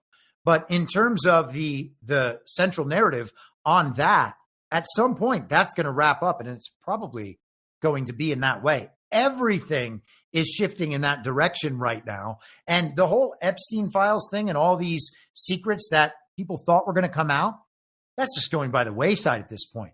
This is a grand psyop that is being unwound before our eyes. And I don't know which direction that psyop goes in. Okay. I just know that's not a rug I'm going to stand on and emotionally invest in. If it somehow happens that Trump is implicated, I don't believe that's possible. But if it somehow happens that he is, well, we're still just going to move on in the same direction we were going, just not with Trump. Okay?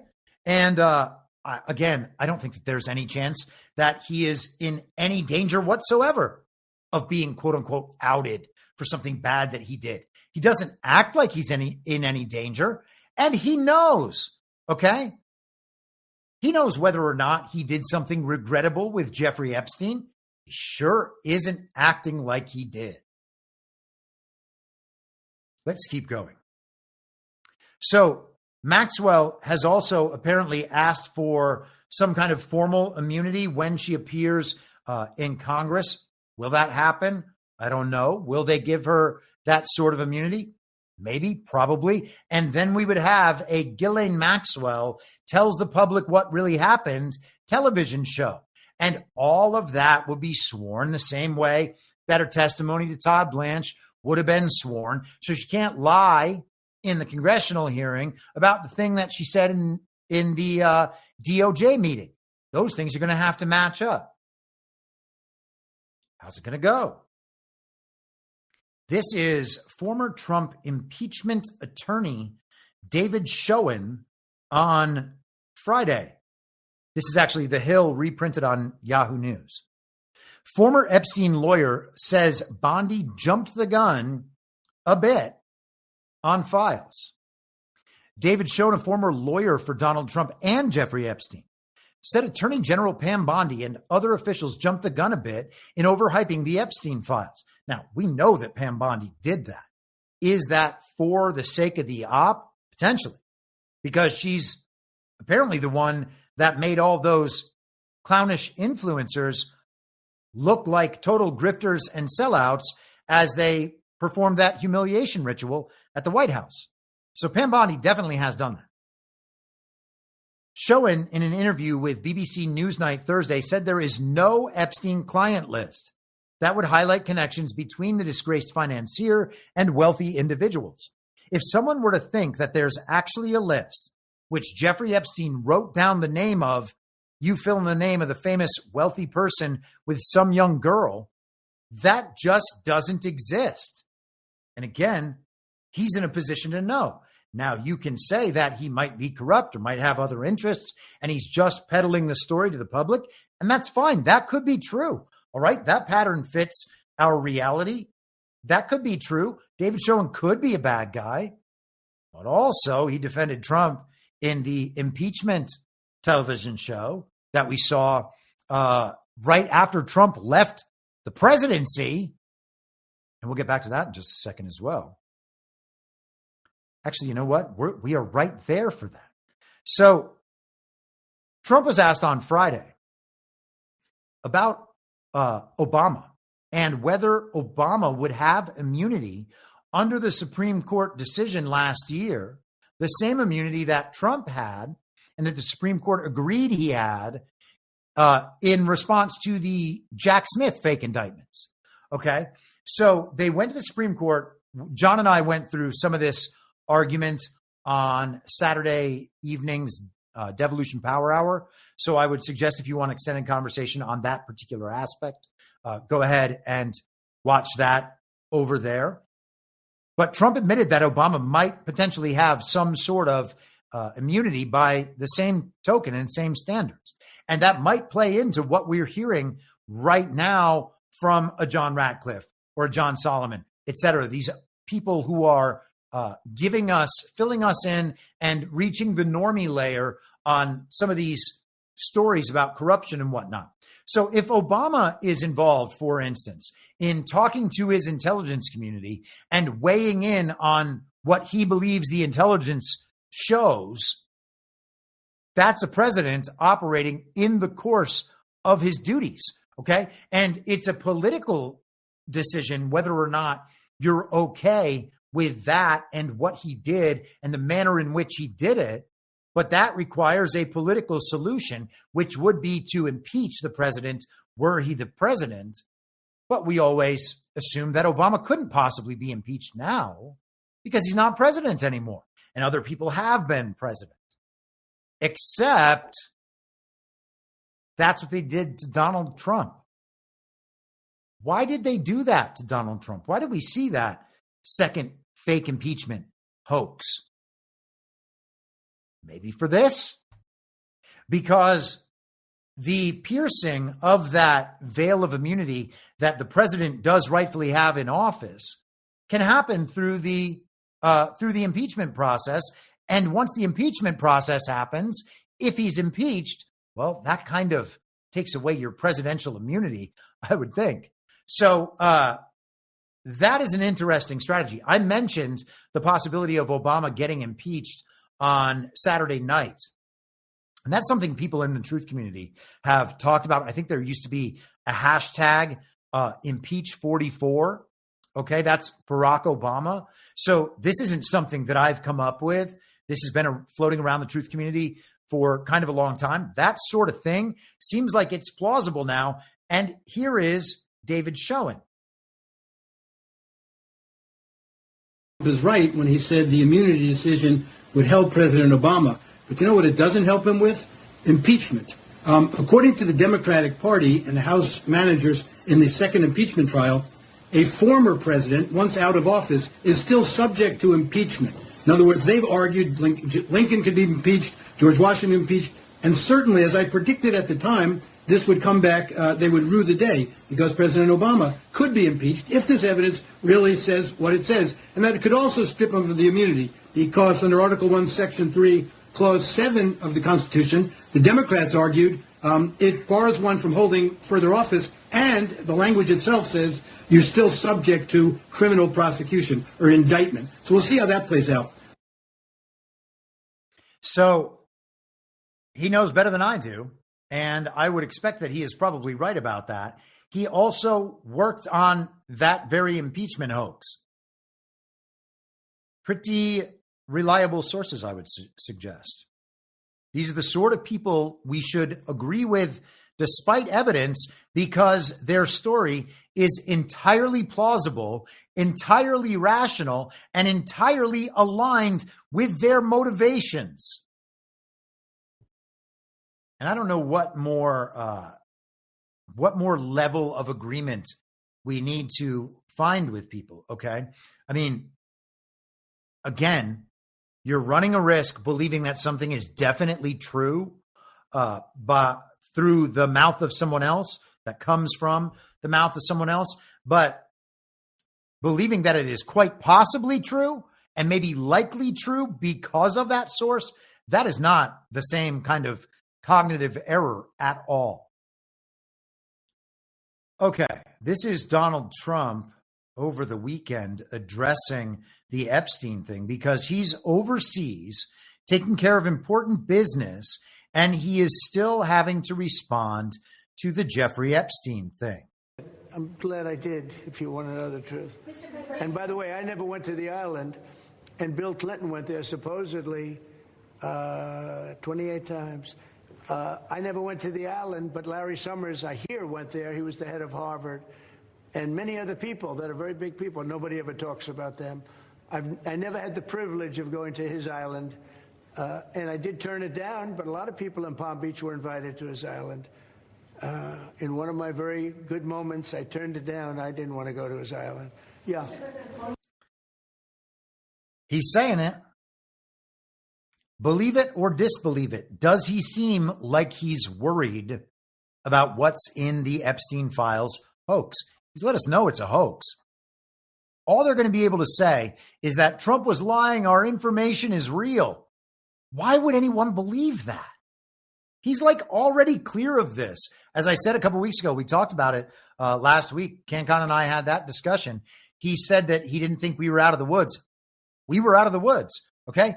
Once people will not believe a story, period, you're out of the woods. That psyop can never be used against you. And that's where we are. Hold for processing. Here we are. One more from Trump. This is. We think some of the workers that were. Sorry, to be clear, this is audio from aboard Air Force One this morning. It is pretty soon. We think pretty soon. Mr. President, Epstein has a certain reputation, obviously. I'm just curious, were some of the workers that were taken from you, were some of them young women? Were some of them young women?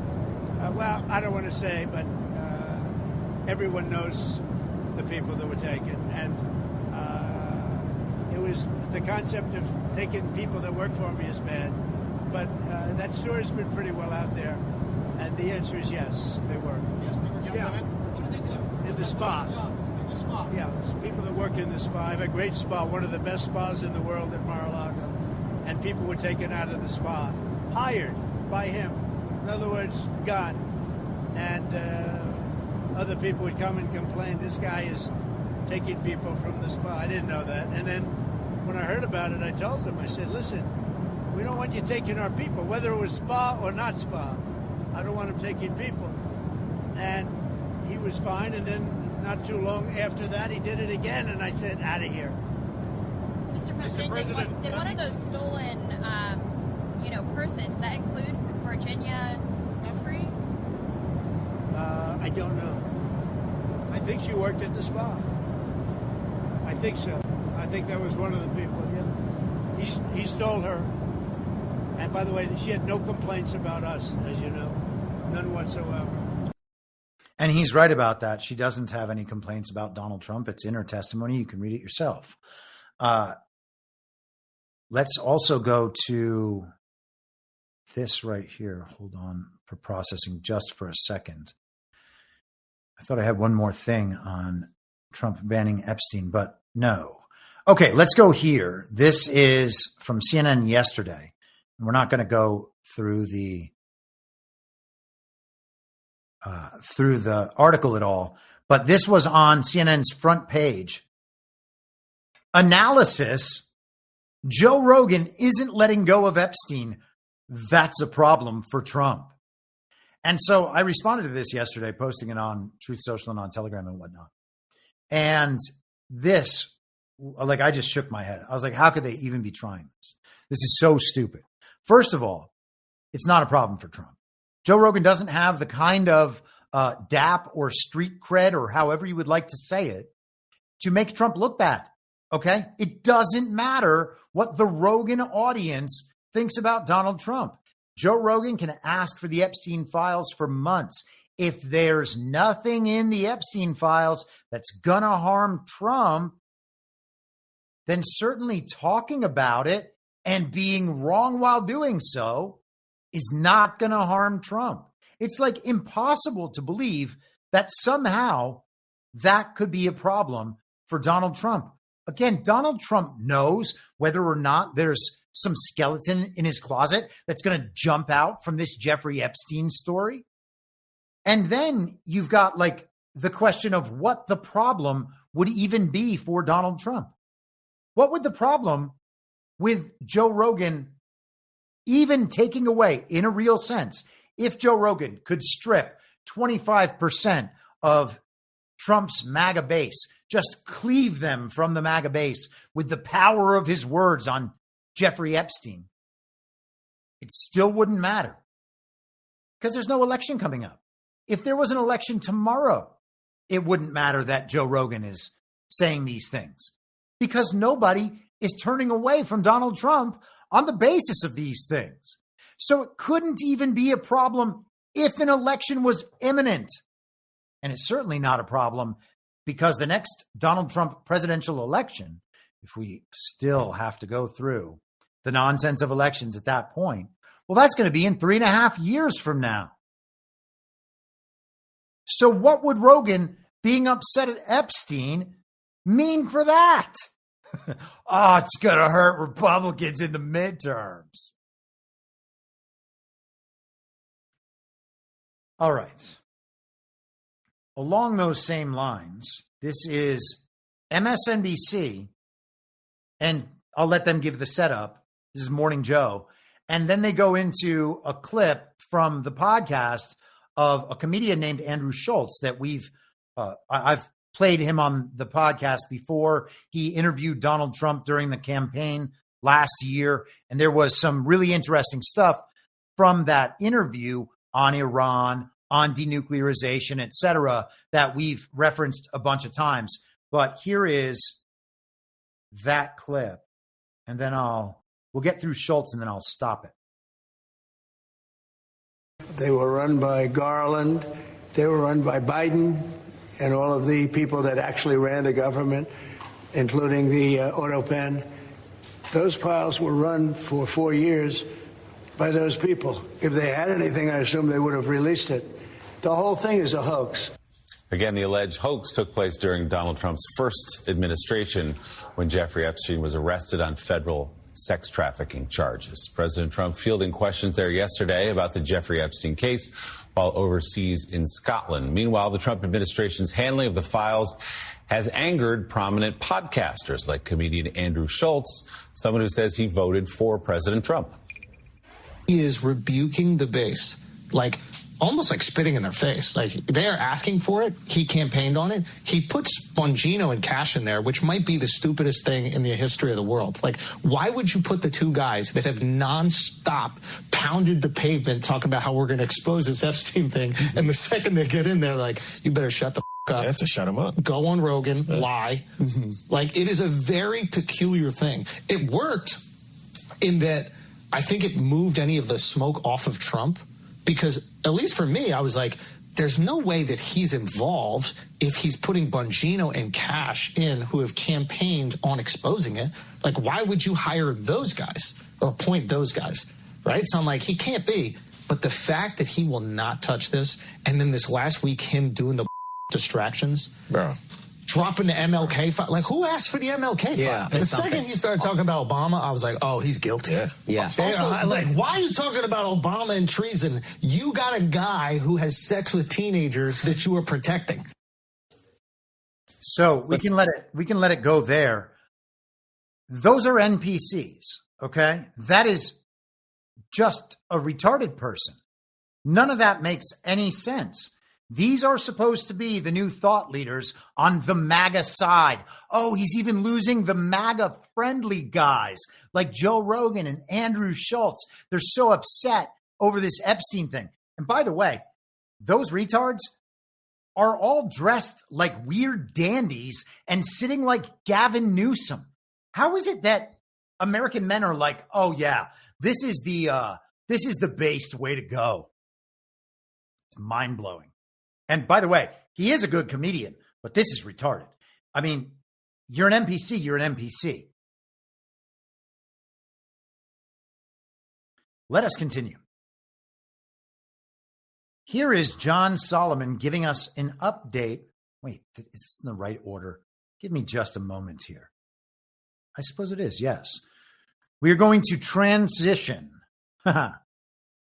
from the Jeffrey Epstein business to the related scandal, the Trump Russiagate Rico Grande process. This is John Solomon giving an update from where we were about a week ago.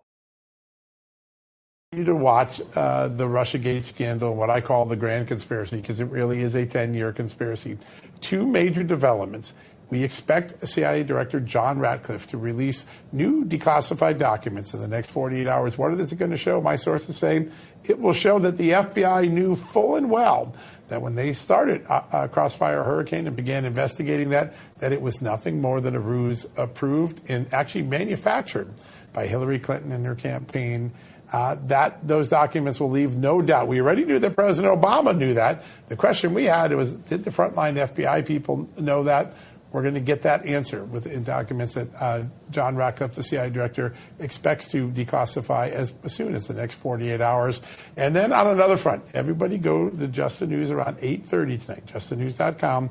We're going to have a great story by my colleague, Jerry Dunleavy. It's going to give you the real political beliefs, the real thoughts of the woman, the CIA officer who wrote the Russia intelligence analysis, the rewritten one, not the one that was originally produced for Obama, but the one Obama ordered, saying that Vladimir Putin was trying to help Donald Trump win the election. We now know that the conclusion was significantly challenged, and there's good reason to doubt it. This woman's political views, her thoughts on the Steele dossier, and a whole lot more will shock you, even though you've been shocked enough. We'll have all of those details around 8:30 tonight. Go to justthenews.com. Hype that up pretty well. So let's get into some more of these details. And rather than going to just the news, we can simply go to John Ratcliffe himself. Let me just make sure I'm in the right order here. All right. So Ratcliffe says he's going to release these big files or these files that the public has not seen that will have a big impact on Maria Bartiromo the other day. Here is Ratcliffe on Maria. Look, our audience knows this, thanks to you and thanks to Devin Nunes. Our audience is well aware of what took place here, but we want to see accountability. Many of the statute of limitations have expired. It's been almost 10 years for many of these folks who did this. But John Brennan testified to Congress, and so did Hillary Clinton, within 5 years. I think it was in 2020, right, and then again in 2021. Are those statute of limitations still live? Tell me if, in fact, we could see a criminal prosecution here, as you just the other day, 3 weeks ago, have, in fact, referred criminal referrals to the DOJ. Well, Maria, so part of what came out last week was about how John Brennan, Clapper, Comey, they all pushed the known fake Steele dossier into intelligence community assessments and as the basis for Crossfire Hurricane and all that. But what hasn't come out yet, and what's going to come out, is the underlying intelligence that I have spent the last few months making recommendations about final declassification and sent that to the Department of Justice that will come out in the John Durham report classified annex. And what that intelligence shows, Maria, is that part of this was a Hillary Clinton plan, but part of it was an FBI plan to be an accelerant to that fake Steele dossier, to those fake Russia collusion claims by pouring oil on the fire, by amplifying the lie and burying the truth of what Hillary Clinton was up to. And you're right, Maria. John Brennan testified to John Durham in August of 2020. He also testified to the House Oversight Committee in 2022. Hillary Clinton testified before John Durham under oath in 2022. James Comey testified before the Senate committee in September 2020. All of that's within the last 5 years. And much of that testimony is, frankly, completely inconsistent with what our underlying intelligence that is about to be declassified in the Durham Annex, what that reflects. And so, Pam Bondi does have a strike force. It is a different Department of Justice, a different FBI, and an opportunity to look at how these people really did conspire to run a hoax, a fraud on the American people and against Donald Trump's presidency. And so coming forward, we understand that they did this, but now we need to understand how they did this. And I think that's why you see the left losing their minds over this, Maria, saying, why are you spending time? This is vindictive. You're going back. This is Donald Trump, seeking retribution. It's not. Donald Trump's election by the American people was a statement, Maria. They said to everyone, we know what you did to Donald Trump, and we reelected him because we know this was all fake. We know it was a hoax. Now we want to understand how you did it so that it can't happen again. And that's what this declassification process that we're undergoing right now, what's going on, why it's so important, and why there can be accountability and preventability to prevent these same people that did it in 2016 with the Steele dossier, with the Hunter Biden laptop in 2020 from doing it again in the future. All right. And so the idea being that it'll probably be the Epstein hoax. That is the thing that they were intending to do in the future. And they've been setting it up for quite a long time. Now, we talked about the Obama impeachment. She goes on to ask him if treason is a possibility. She talks about the statute of limitations. I feel like we've gone through those things a couple of times. So the Obama immunity can cover his official acts, but that doesn't mean it covers every part of the program that Obama is involved with. And it certainly wouldn't cover him in parts of his career for which he wasn't president, things that happened before, things that have happened since. In his private conduct, he does not have, I don't think there's any reason to believe that he would have presidential immunity just because he was once president. I haven't seen that anywhere. If that's the case, okay, we can deal with that. But there are so many elements of Rico Grande, and we're hearing about them right now. John Solomon is calling it a grand conspiracy. I've been calling it Rico Grande for like 3 or 4 years. And now we are hearing there is this grand conspiracy story coming out. This is going to be how the case is processed together. Solomon told us we might have that Rico announcement by the end of July. So we could still be on track for that, I suppose. Can Obama get prosecuted for things other than his official acts and duties in Congress or in the presidency? Right now, the focus is on Obama, the intelligence community, the Steele dossier, the Clinton campaign, and that part of Russiagate. But that is not all Barack Obama has been involved with since he began in politics. While he was a senator, he was over in Ukraine touring biolabs.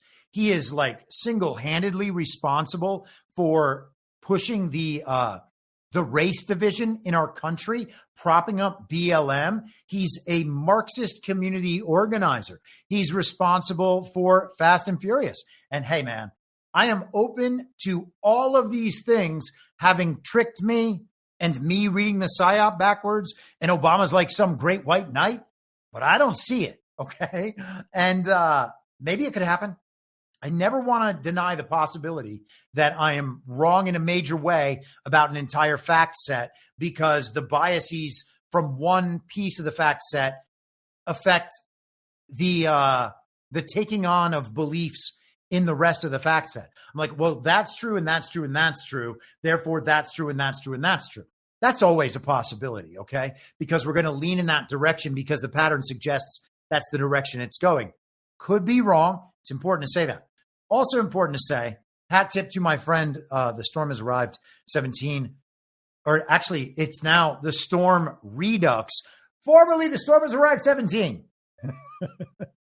He was his watermark was on there. I didn't want it to look like I was watermarking on top of his watermark because he's awesome and always grabbing great important clips like this. And I do appreciate him for that reason and for just being a good guy.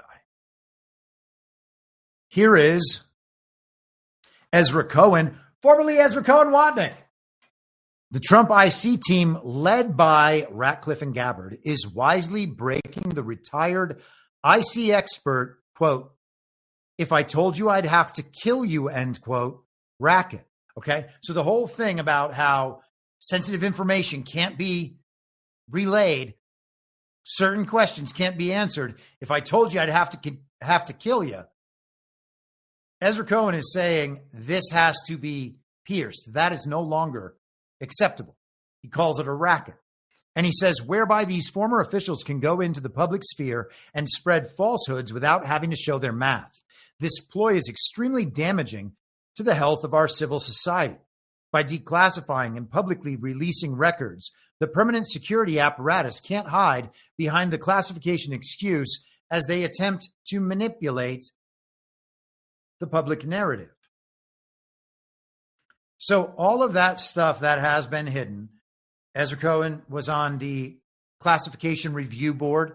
He is, I don't know if activist is the right word, but he is strongly motivated to remove the shield of classification from a whole range of information that should have never been classified in the first place and was only classified to keep out of the hands of certain people.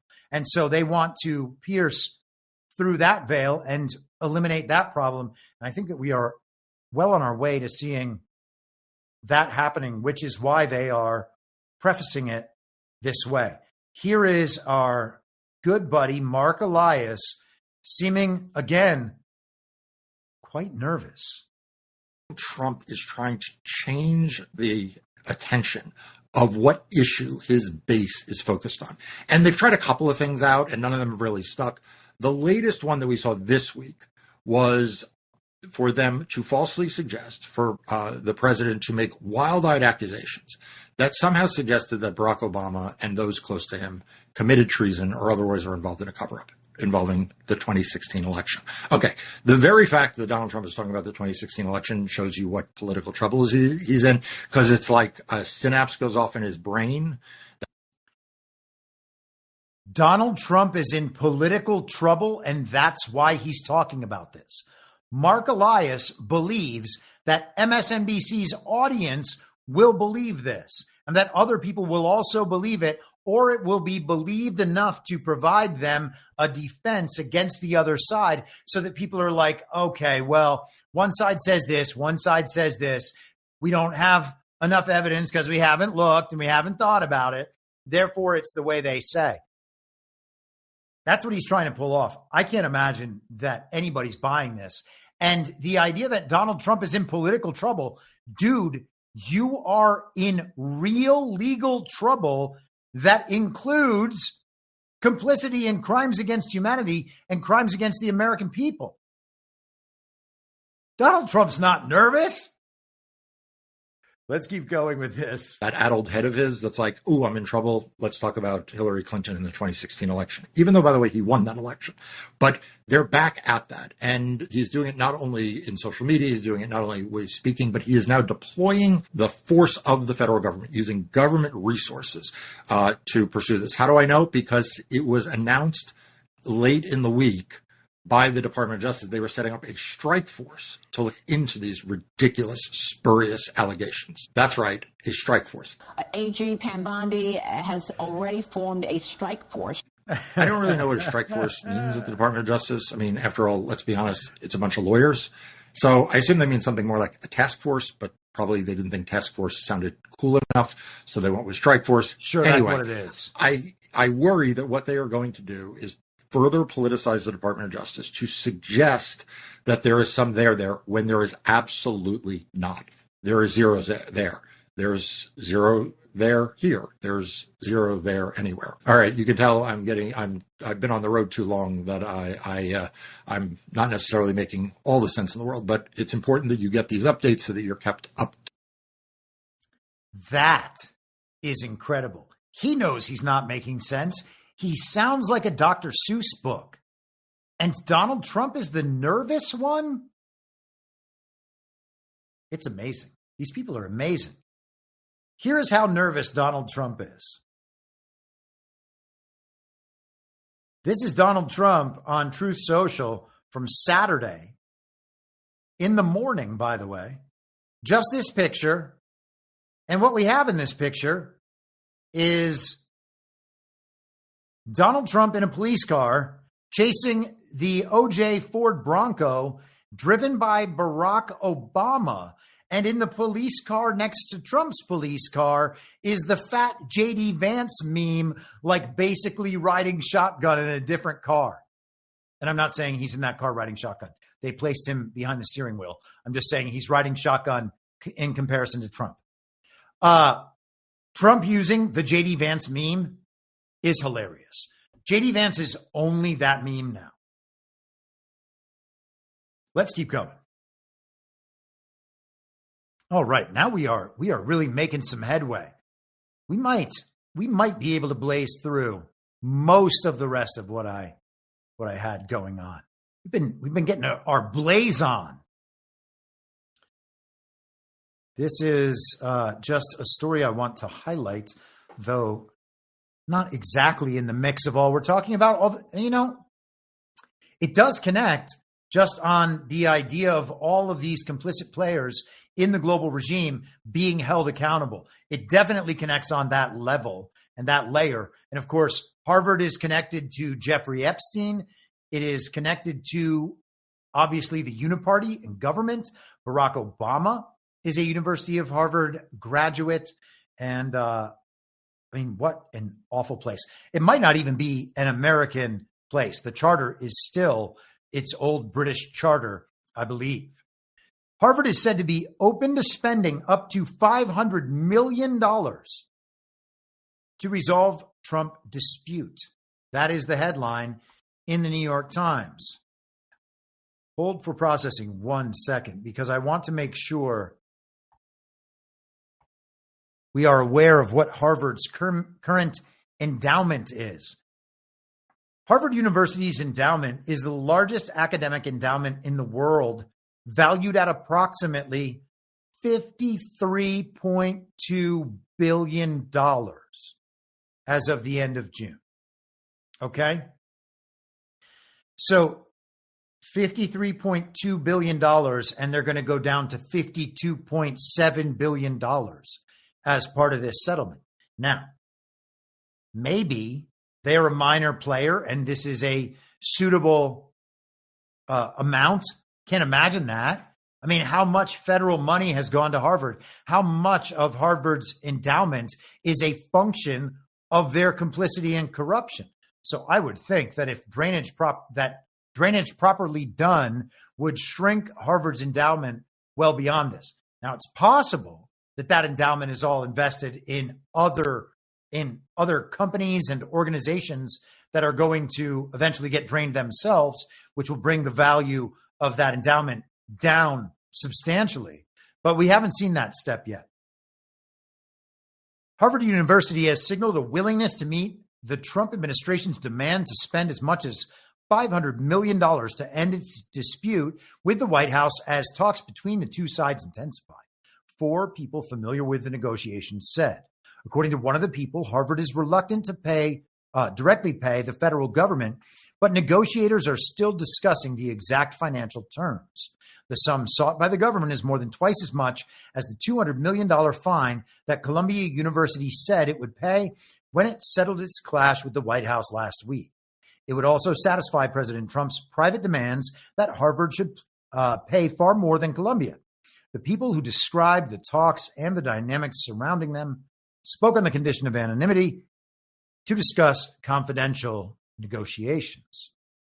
So, Harvard, like the media companies, like the law firms, is being taken to task. They're going to settle so that is their recompense, I guess. Hopefully it's more. Hopefully we'll see that in the future. Hopefully people just stop wanting to go to Harvard. If we stripped Harvard of its abstract power, which is its reputation, Harvard would be no more. Okay, but we don't do that because most people are still enamored with Harvard's reputation and think that it is very meaningful in their social class. So they don't want to leave that. They know they have to still abide by those experts. So Harvard is very, very important. Harvard is being taken apart, as is Columbia. This is wonderful news, and we'll see where it's going in the future. But Trump continues to win these issues. Every time he fights one, he wins it. Now, to be fair to the communists, because I watched the Norm Eisen interview on Frontline over the weekend. They believe that they are kicking Donald Trump's ass in court every time they get one of those temporary injunctions, okay? These nationwide injunctions that they can't even get anymore. Norm Eisen, this is 3 months ago when the interview was recorded, was bragging about their success in the courts. That success is temporary and it's headed back in the other direction. And Trump is crushing them down all these avenues. So this is how, let's get to Trump's European trip. This is how the mainstream media tried to portray Donald Trump's trip to Scotland. Trump flees Washington as Epstein scandal simmers. And there he is in a golf cart. And he did play golf at Turnberry, which he calls the greatest course in the world. And maybe it is. I'm not a golfer. I hear that it is certainly in the discussion for the greatest course. And Eric Trump also just opened a links course there. I thought maybe I had that one, but I do not. So we will skip past the links course business. But the subheadline here is, while the White House has called his 5-day trip a working visit, the formal itinerary is fairly light. So there wasn't enough on the president's schedule for CNN. And so they show him playing golf and implying that he's taking a vacation because he's so stressed out about the Epstein files. Well, that ain't true. The same day when they posted that afternoon, I think it was Saturday, he was already like wrapping up a 3-day war that, we were told about last week between Cambodia and Thailand. And then the next day he's meeting Ursula von der Leyen. And the next day, the British Prime Minister, Keir Starmer. And we'll get into all of that. But the idea that Trump didn't get anything done while overseas except play golf and flee the Epstein Files hoax, these people are insane. But then again, they believe it. Their audience believes it. They know their audience is going to believe it. And that is what makes them so cruel and so divisive, because none of it's true. I mean, they're just participating in the derangement of their own audience. I can't imagine something worse than that. Donald Trump on Truth Social just spoke to the Prime Minister of Cambodia relative to stopping the war with Thailand. I'm calling the acting Prime Minister of Thailand right now to likewise request a ceasefire and end to the war which is currently raging. We happen to be, by coincidence, currently dealing on trade with both countries, but do not want to make any deal with either country if they are fighting, and I've told them so. The call with Thailand is being made momentarily. The call with Cambodia has ended, but expect to call back regarding war stoppage and ceasefire based on what Thailand has to say. I am trying to simplify a complex situation. Many people are being killed in this war, but it very much reminds me of the conflict between Pakistan and India, which was brought to a successful halt and, again, didn't really happen. Okay? So now we have Trump ending 2 wars that weren't really happening within just days of them beginning between these two longtime rival countries. Okay, Thailand and Cambodia have had a border dispute for at least, I think, 15 plus years, but probably much longer than that. And India, Pakistan, same thing. And again, we're talking about the borders drawn by the global regime being erased over time. That's the macro pattern. So Trump is showing to the world that these 2 former rivals are not rivals anymore. Look at this. They're such rivals that now they're going to war. Oh, they're not going to war anymore. I solved it. The president of peace, the man who should get the Nobel Prize, but obviously never will, solves all these wars that aren't happening in 2 days. And again, the info war and the narrative war is more important than these fake wars. And Trump is fighting that in his communications. So I'm not mad at Trump, but we should be realistic about what's happening here. Honestly, we should be pleased about the accelerated pace of this thing. If we don't have to go through a Ukraine length or Israel length war story about these countries and it can just get wrapped up, wonderful. Okay. The last thing we want to do is hear about India and Pakistan in a war for the next 3 years. They would have, rather than the ghost of Kyiv, the ghost of Mumbai, formerly Bombay. Call it Bombay again. That's when we'll know that we have made progress. Donald Trump keeps going with Cambodia and Thailand. I've just spoken to the acting prime minister of Thailand, and it was a very good conversation. Thailand, like Cambodia, wants to have an immediate ceasefire and peace. I am now going to relay that message back to the prime minister of Cambodia. After speaking to both parties, ceasefire, peace, and prosperity seems to be a natural. We will soon see. So Trump calls one, Trump calls the other. It is like when the kid goes into the dad's room and is like, hey, dad, mom said I could do this if you agree. Do you agree? And the dad's like, yeah, fine. And then you go back to the mom and you're like, dad said, if you agree to do this, he agrees. Those kids, they're so tricky. I definitely didn't do that when I was a kid. I don't think I did, actually. I would just talk to my parents until they would let me do what I wanted to do. That's funny.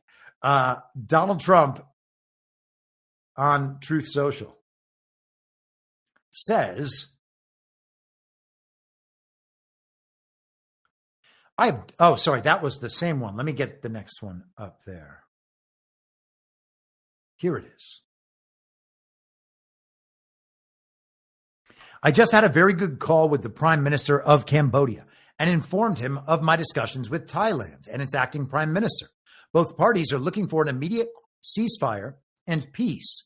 They're also looking to get back to the trading table with the United States, which we think is inappropriate to do until such time as the fighting stops. They have agreed to immediately meet and quickly work out a ceasefire and ultimately peace. It was an honor to deal with both countries. They have a long and storied history and culture. They will hopefully get along for many years to come. When all is done and peace is at hand, I look forward to concluding our trade agreements with both. So the takeaway here is that these trade agreements are the alternative to war, and that the U.S. market, being part of the U.S. market, is so critical and so important, and being able to sell into it with low tariff rates is so critical and so important that they will even put their differences with their long warring neighbors aside to be able to make trade deals with the United States. And Donald Trump is drilling that into the heads of everyone all around the world so that they understand the top-down system of control over the world's economy does not prevent wars. They tell us that's going to be the end of wars. That is not the end of wars. Wars persist because they need both sides of the controlled opposition dynamic to play the proper role, which is what they were doing when they were at war and when they were part of that top-down centralized global economy. But when they make a deal directly with the United States and then put that war thing aside, well, then they've stepped out of that controlled opposition dynamic and they are something else entirely. And that is exactly what we see happening. Donald Trump, final post, wrapping it all up. Just spoke to the acting Prime Minister of Thailand and Prime Minister of Cambodia. I am pleased to announce that after the involvement of President Donald J. Trump, both countries have reached a ceasefire and peace. Congratulations to all. By ending this war, we have saved thousands of lives. I have instructed my trade team to restart negotiations on trade. I have now ended many wars in just 6 months. I am proud to be the president of peace. And what does it mean, by the way, that Donald Trump could never win a Nobel Prize? Well, Nobel Prizes for peace are not actually given away for people who create peace. They gave one to Obama for being black. They give Nobel Science Prizes to total bullshit. Okay? It's just a function of the regime. It is to put prestige on individuals. That is the purpose of the Nobel Peace Prize. So it is utterly meaningless. The people who have always controlled it have used it as a weapon against us. So even if the prize itself had meaning, Donald Trump receiving it, the only meaning that could be there, by the way, is that, oh, those people have folded it as well. Like they've just given up the fight as well. And that would be worth it. That would be good. Go ahead and do it for that reason. Okay. But that's the story that we would have to then take away from that. Not that, oh, wow, Donald Trump really did bring us peace. Imagine needing it proven to you that Trump created peace because he received a Nobel Peace Prize. That's what finally makes it real. It's crazy. It's an upside down world. Okay. Everything is inverted. That's why so many things that seem sensible in one mindset, in another mindset, are absolutely the opposite thing. And I don't know, man. I am fascinated with that dynamic, and you can find it everywhere because the simulation of our reality layered on top of reality prime is meant to cover everything, and it's meant to invert everything. That's the purpose of these stories. It's an inversion of what the reality is. So we need to be able to locate the inversions.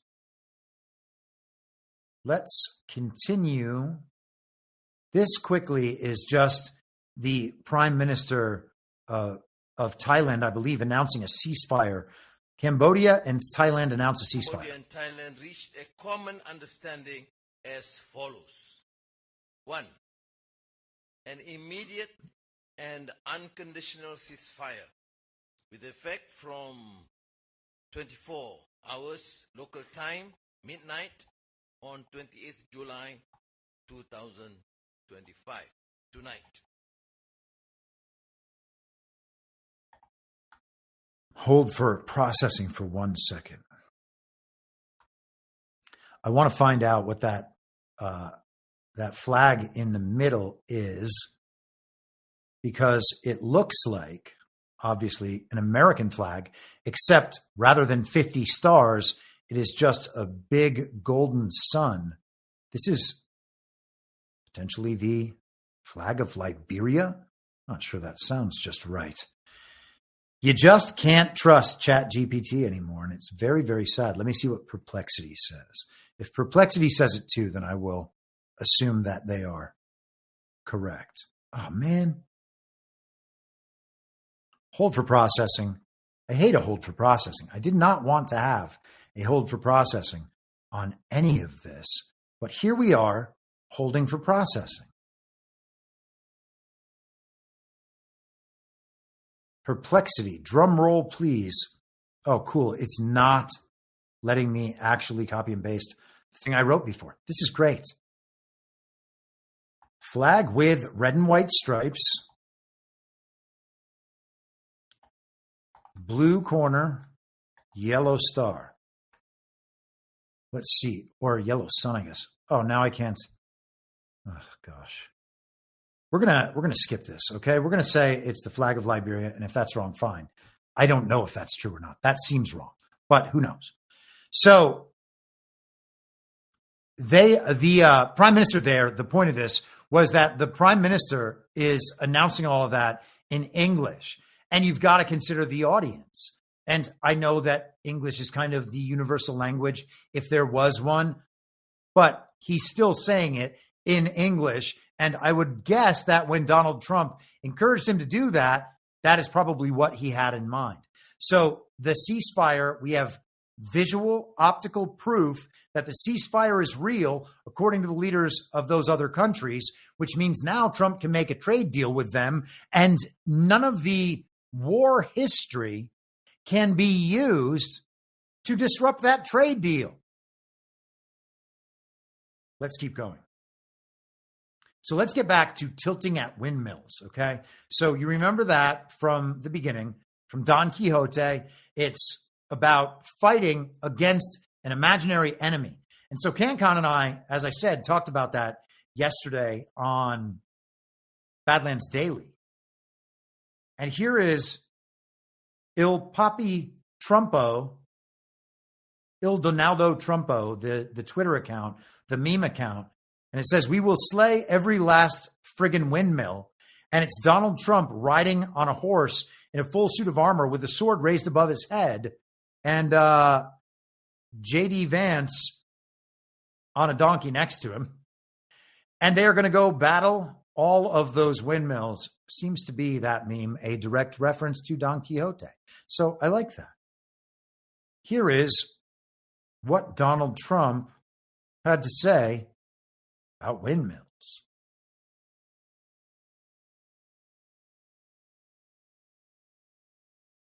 I will say this, they did ask me when I got off the plane, immigration, Europe has a tremendous problem, and we do too, but we've sealed our borders. We have nobody coming in, and we have hundreds of thousands of people being taken out, and the bad ones first, and I think we're doing a very good job of that. But it literally registered 0 people last month. You probably saw that, nobody. And Europe has a very similar problem. I think they're going to end up in the same place. You might as well go there quicker. And the other thing I say to Europe, we will not allow a windmill to be built in the United States. They're killing us. They're killing the beauty of our scenery, our valleys, our beautiful plains.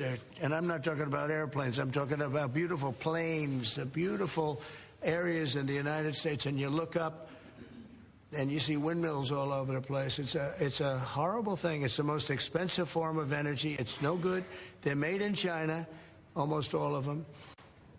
When they start to rust and rot in 8 years, you can't really turn them off. You can't bury them. They won't let you bury the propellers, the props, because there's a certain type of fiber that doesn't go well with the land. That's what they say. The environmentalists say you can't bury them because the fiber doesn't go well with the land. In other words, if you bury it, it will harm our soil. The whole thing is a con job. It's very expensive. And in all fairness, Germany tried it, and wind doesn't work. You need subsidy for wind, and energy should not need subsidy. With energy, you make money. You don't lose money. But more important than that is it ruins the landscape. It kills the birds. They're noisy. You have a certain place in the Massachusetts area that over the last 20 years had 1 or 2 whales wash ashore, and over the last short period of time, they had 18. Okay? Because it's driving them loco. It's driving them crazy. Now, windmills will not come. It's not going to happen in the United States, and it's very expensive, and I would love to see. Today I'm playing the best course, I think, in the world, Turnberry. Even though I own it, it's probably the best course in the world, right? And I look over the horizon and I see 9 windmills. It's like great. At the end of the 18th, I said, isn't that a shame? What a shame. You have the same thing all over Europe in particular. You have windmills all over the place. Some of the countries prohibit it, but people ought to know that these windmills are very destructive. They're environmentally unsound, just the exact opposite. Because the environmentalists, they're not really environmentalists. They're political hacks. These are people that they almost want to harm the country.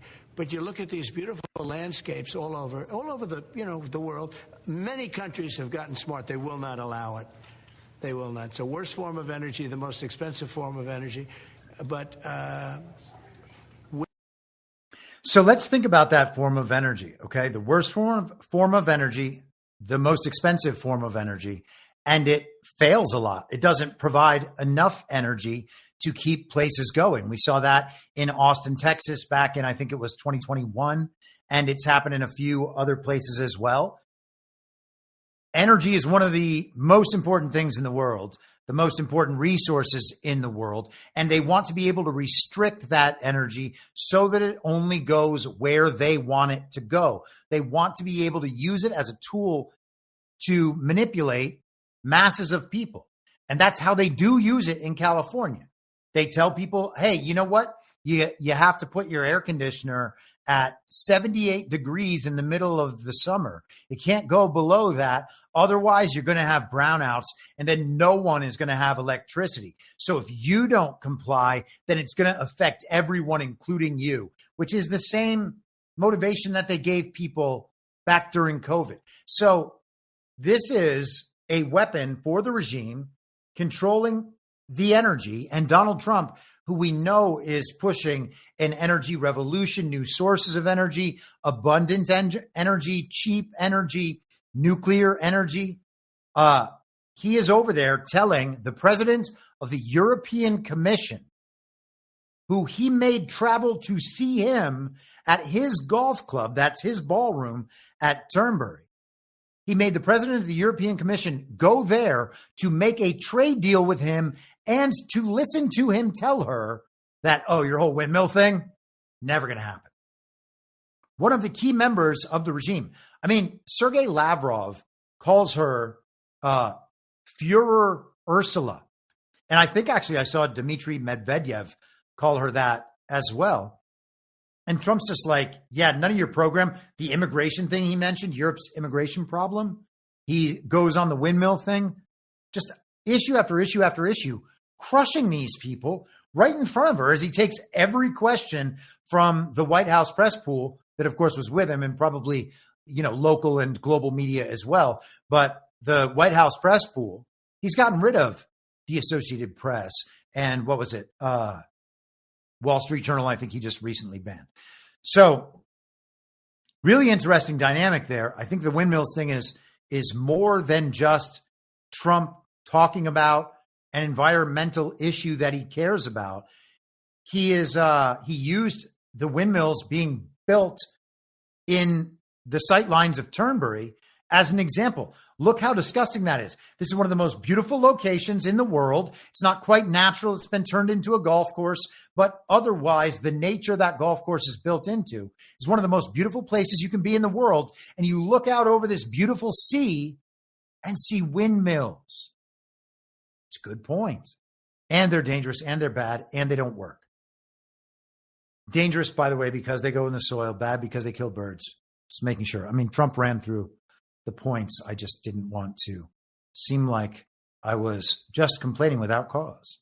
A couple Rumble rants in the chat. Doc from Amish PA, $10. Great show. Only an hour behind the live stream. Enjoy your time away, CP. See ya in the ether. And thank you very much, my friend. Also, Beth gifted 5 subscriptions, and I wanted to be sure to note that. The best is yet to come also said, I could buy that scenario talking about Obama with the impeachment post-presidency and then the prosecution. But if Obozo was not ever eligible to be president because of his birthplace, how do you impeach as a legitimate president? That is an excellent question. And I would suggest that the same narrative cover story that's being used that we're discussing is going to be used to cover that up too. That's entirely possible. So we shall see how much of this stuff gets fully unwound and how much is actually unwound with a false narrative layer over it. Okay. While we're on speaking of the environment, but while we're on the subject of climate and climate change and environmentalists and the rest of it, this is Bloomberg from yesterday. EPA to abolish U.S. government authority to regulate greenhouse gases. The Trump administration is set to announce its plans to abolish the U.S. government's authority to regulate greenhouse gases, threatening to strike a deep blow at Washington's ability to fight climate change. Who still believes this? The Environmental Protection Agency will unveil a proposal as early as Tuesday to scrap a landmark determination that planet-warming gases endanger public health and welfare, according to people familiar with the matter. If finalized, the move would lay the foundation to unwind a host of regulations limiting emissions from power plants, oil wells, and automobiles. The EPA's proposal will also aim to end some automobile emission limits, one of the people said. The agency declined to comment. Rolling back the 2009 endangerment finding would be among the most far-reaching steps yet by President Donald Trump's administration to gut U.S. capacity to fight climate change. The finding forms the bedrock of the government's authority to impose limits on carbon dioxide, methane, and other greenhouse gases. Ending it would be squarely at odds with the scientific consensus that those gases are causing climate change that's already leading to rising seas and more intense storms. And it really is just a matter of whether or not you believe that that is happening. Because if it's not happening, then giving the government the power to regulate all of that would be total overreach. Why would you allow the government to regulate that if it wasn't actually true that carbon dioxide and methane were killing our climate and making our sea levels rise, even though there's no proof of any of that? One thing from the end of this article, energy companies also have warned that doing away with the endangerment finding, as well as the federal climate regulations it supports, could revive public nuisance lawsuits against oil producers and power plant operators. Under a 2010 Supreme Court decision, federal climate regulation under the Clean Air Act has effectively precluded those claims. Okay? So the energy companies are worried that there are going to be more lawsuits against them. That's what we're being told, that industry leaders say this is going to end up bad. Well, it doesn't matter if it ends up bad for industry leaders. What matters is the federal government is not allowed to regulate that. Okay? And the Supreme Court has now attested to that. These federal government executive branch agencies do not have the right or ability, constitutional or otherwise, to create, or I shouldn't say otherwise because they've had this ability for a long time, but they have lost now the ability to be able to just create these rules by their own fiat, all these unelected bureaucrats deciding how things are going to be based on the implementation of their agenda, which calls for all of the money and science and the rest of it focused on climate change. Okay, so they've been going on with this for an awfully long time. This seems like a anti-Trump PR attempt to cover up as irresponsible and malign something that the EPA has to do because they can't be regulating that stuff in the first place. I would love to see Trump dismantle the EPA. We're going to do it in step-by-step fashion, I guess, but hopefully we are going to get there when it comes to the EPA. This is a wonderful step and could be the reason why he's putting out the windmill talk. Sorry, I was trying to pull up my next link. It is right here from, I think, a consultancy firm called the Apollo Academy. Maybe this is a place for learning and engaging and sharing knowledge. Okay. So they have a full suite of learning modules, on investing in alternatives to energy, blah, blah, blah. So this, you can look into the organization if you want. I don't need to spend time on that and do a live dig for this organization's full background. But here we are, Apollo Academy. This is from Saturday. The quality of CPI data continues to deteriorate. Okay. To calculate, this is consumer price index. To calculate consumer price index inflation, BLS teams collect approximately 90,000 price quotes every month, covering 200 different item categories. And there are several hundred field collectors active across 75 urban areas. So we have people that go around their community and report back about how much stuff costs. Okay? Who are those people paid by? What are their political leanings? What are their, if you want to make Trump look bad, if your entire 200 different item categories, several hundred field collectors. Several hundred. Let me see if I can speak.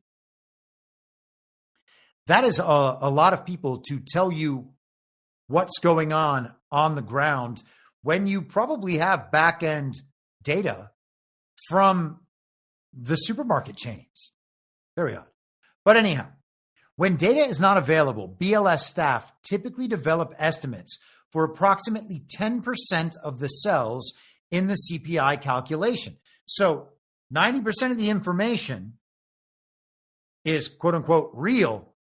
10% of it is they just make it up. However, the share of data in the CPI that is estimated has increased significantly in recent months and is now above 30%. In other words, almost a third of the prices going into the CPI at the moment are guesses based on other data collections in the CPI.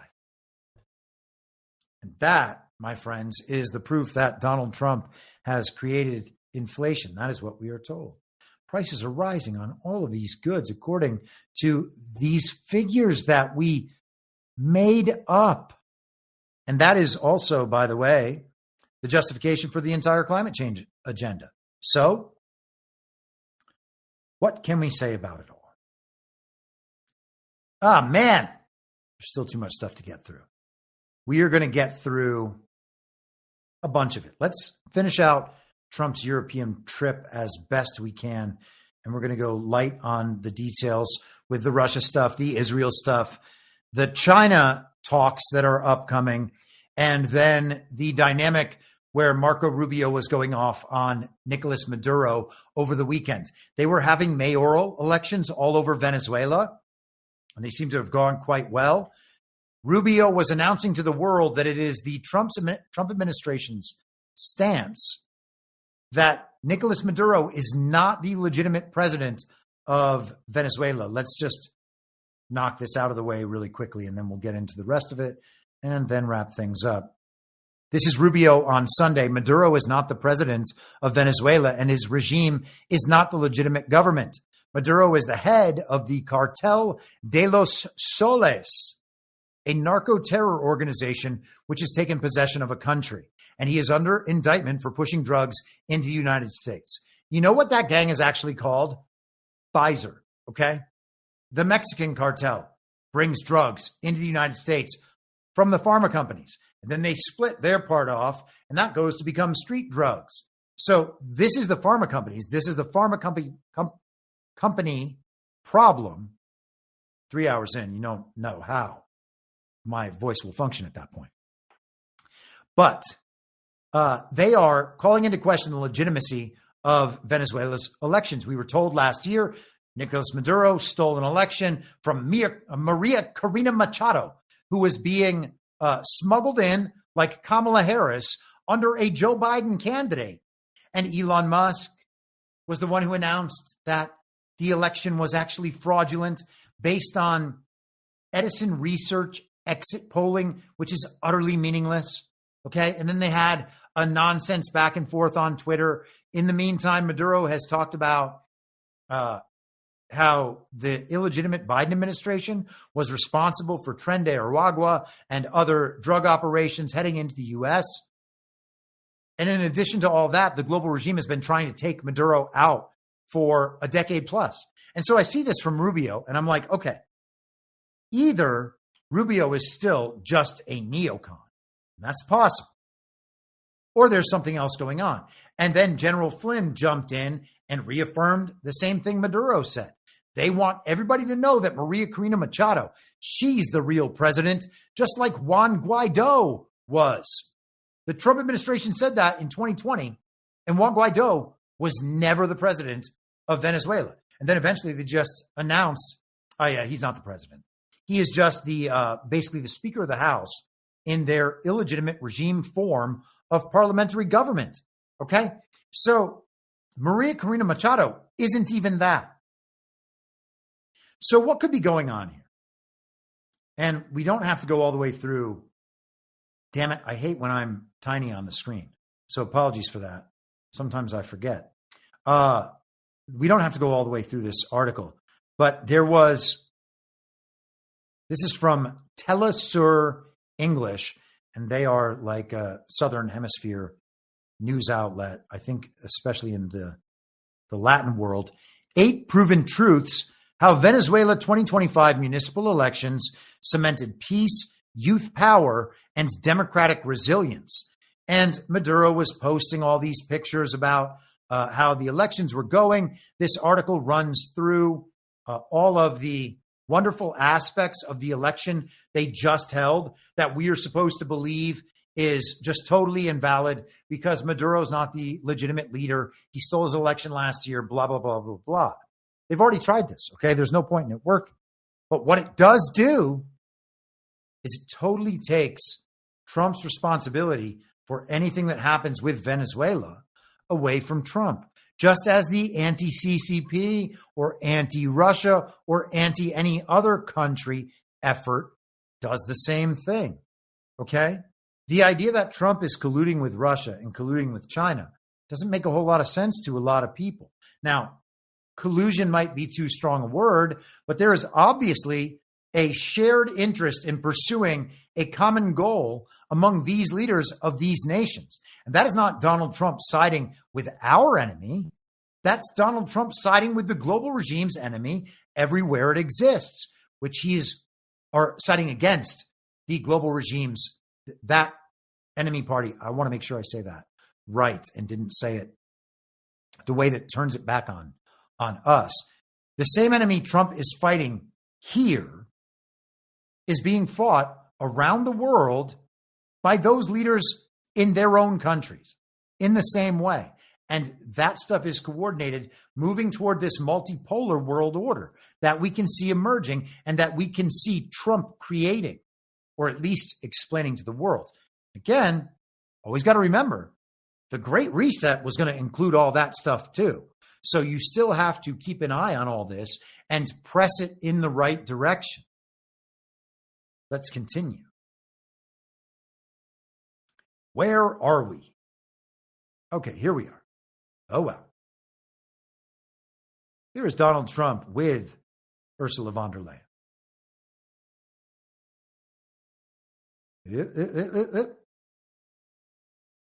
Where is it? Here it is. As a tough negotiator and deal maker, what is in front and fair, and what is in front of us. That's less important. If we are successful, I think it would be the biggest deal each of us has ever struck. So I'm very much looking forward. Ever struck by anybody? That's true. Yeah. That's true. Right now we have that honor goes to Japan. We just struck a deal with Japan, as you know. And we're very close to a deal with China. We really sort of made a deal with China, but we'll see how that goes. And we have numerous other deals. And mostly I'm just going to charge tariffs. And, you know, it's not a deal per se, but people are going to pay tariffs. And we're doing them at the low end, not the high end, because we don't want to hurt anybody. And pretty well, but you and I both figured this is really the biggest trading partnership in the world. So we should give it a shot, right? Yeah. Very much looking forward to that. Oh, thank you very much. I do too. She's very much looking forward to that. So she traveled to Donald Trump's house and then gave away the farm on the trade deal. And the geopolitical implications are enormous. We're going to get to those in just a second. One more from Trump with Ursula, talking about making a deal. Are 750 billion, 600 billion, opening up the country. We are agreeing that the tariff straight across for automobiles and everything else will be a straight across tariff of 15%. So we have a tariff of 15%. We have the opening up of all of the European countries, which I think I could say were essentially closed. I mean, you weren't exactly taking our autos, you weren't exactly taking our agriculture, and then you would have smaller things, but for the most part it was closed. And now it's open. It's open for our companies to go in and do a good job with it. I think you'll like them. I think you'll like it. And we will, very importantly, they'll be investing a lot of money, but the military is a big number, but that's one number we're not determining. It's going to be whatever it is, but they're going to be purchasing hundreds of billions of dollars worth of military equipment. They're very importantly, they're going to purchase $750 billion worth of energy. So that's going to be great. And $600 billion worth of investments into the United States over and above what they have. So, and I think that basically concludes the deal. I mean, those are the main factors. I don't think there are too many other factors, other than we're going to get along great. And we have a great relationship now with NATO, which is largely the same. I mean, not exactly, but pretty close, right? Largely. And with NATO, as you know, they're going up to 5% from 2%. And the relationship is very strong with NATO. So I just want to congratulate you. I think it's great that we made a deal today instead of playing games and maybe not making a deal at all. I think it's, I'm going to let you say, but I think it's the biggest deal ever made. Thank you very much. Congratulations. The biggest deal ever made. That is the regime's home. The European Commission, the European Union, that's the global regime. You add in Israel and, you know, the controls slipping on America. It might be slipping on Israel, too. I think it probably is. That's the regime. And they are being brought under the thumb, visibly right there. You can see it. Donald Trump was treated like a king of the world again. Ursula von der Leyen and Keir Starmer, the Prime Minister of the UK, both traveled separately to Donald Trump's location. Von der Leyen was actually out there last week traveling to China, or just even a few days before she met with Trump. And they sent a bus for her and her entourage. They all arrived to the red carpet by bus. These people are being made to look foolish. This also is, Ursula, a bit off topic, but it's got to be added. A better world also means a healthier world. And vaccination is our best chance to do this. Vaccines have saved millions of lives in the past 50 years. But right now, millions of children are still at risk. They need vaccines. So we must continue to support vaccination around the world. And today, I am pleased to pledge $290 million for Gavi, the Vaccine Alliance. That's Bill Gates, Each basically. child should be protected. And more will come. Together with Gavi, we have the goal to vaccinate 500 million children by 2030. These people are crazy. This, let's just, I realized that I have this here. So this is the arrival by bus. International Airport in the early hours of July 24th. Chinese President Xi Jinping will meet with President Costa and President von der Leyen, while Chinese Premier Li Qiang will co-chair the 25th China-EU summit with the two EU leaders. The summit takes place as China and the EU mark the 50th anniversary of diplomatic. Could you imagine Trump arriving in a bus to anything? I can imagine him landing on the roof in a helicopter. I cannot imagine him riding in a bus to anything. And I would also wonder if Trump has ever been on a bus. Oh, no, wait. He was on a bus with the Entertainment Tonight report, Billy Bush, whatever his name was. Isn't that the Grab Him by the Pussy video? Isn't that on a bus? Or, I mean, audio, whatever it was. Let's keep going. Man, oh man, are we going to get to the end? No, we are not. This is response translated by some random Twitter account, but from French former presidential candidate and still the leader of the Nationalist Party in France, Marine Le Pen, says she criticizes the deal signed between Trump and the president of Europe, von der Leyen. This is an outright surrender for French industry and for our energy and military sovereignty. The commission accepted asymmetric clauses that France itself, governed by a patriotic executive, would never have accepted. Hundreds of billions of euros in gas as well as armaments will have to be imported annually from the United States. So Marine Le Pen is pretty upset that Donald Trump got the best of this deal by a long shot. And so what are we going to see if these countries are actually negatively affected by this deal? Well, maybe they're going to call Donald Trump and be like, hey, President Trump, it's France. Yes, I know we're terrible. But do you want to make a deal? Because we don't really like that European Commission deal. And we were thinking that it would be better if we were your friend. And so can you be nice to us? That's what's going to happen. And then eventually the EU and the European Commission will all just disintegrate as they must. I could see that being the route for that things will be taking when it comes to trade in these economies. We are moving right along. Here is Dmitry Medvedev. Actually, I can't pull it up. I'm just going to Telegram for this because I didn't find it. I couldn't find him tweeting this. So Medvedev said, Trump wiped the floor with Europe. Say what you will about Trump for all his wildly contradictory statements and actions. There's one area where he's remarkably consistent. He relentlessly pushes his country's economic interests. The current deal with the European Union, one, is completely humiliating for the Europeans as it benefits only the U.S., eliminating tariffs and stripping protections from the European market in favor of American goods.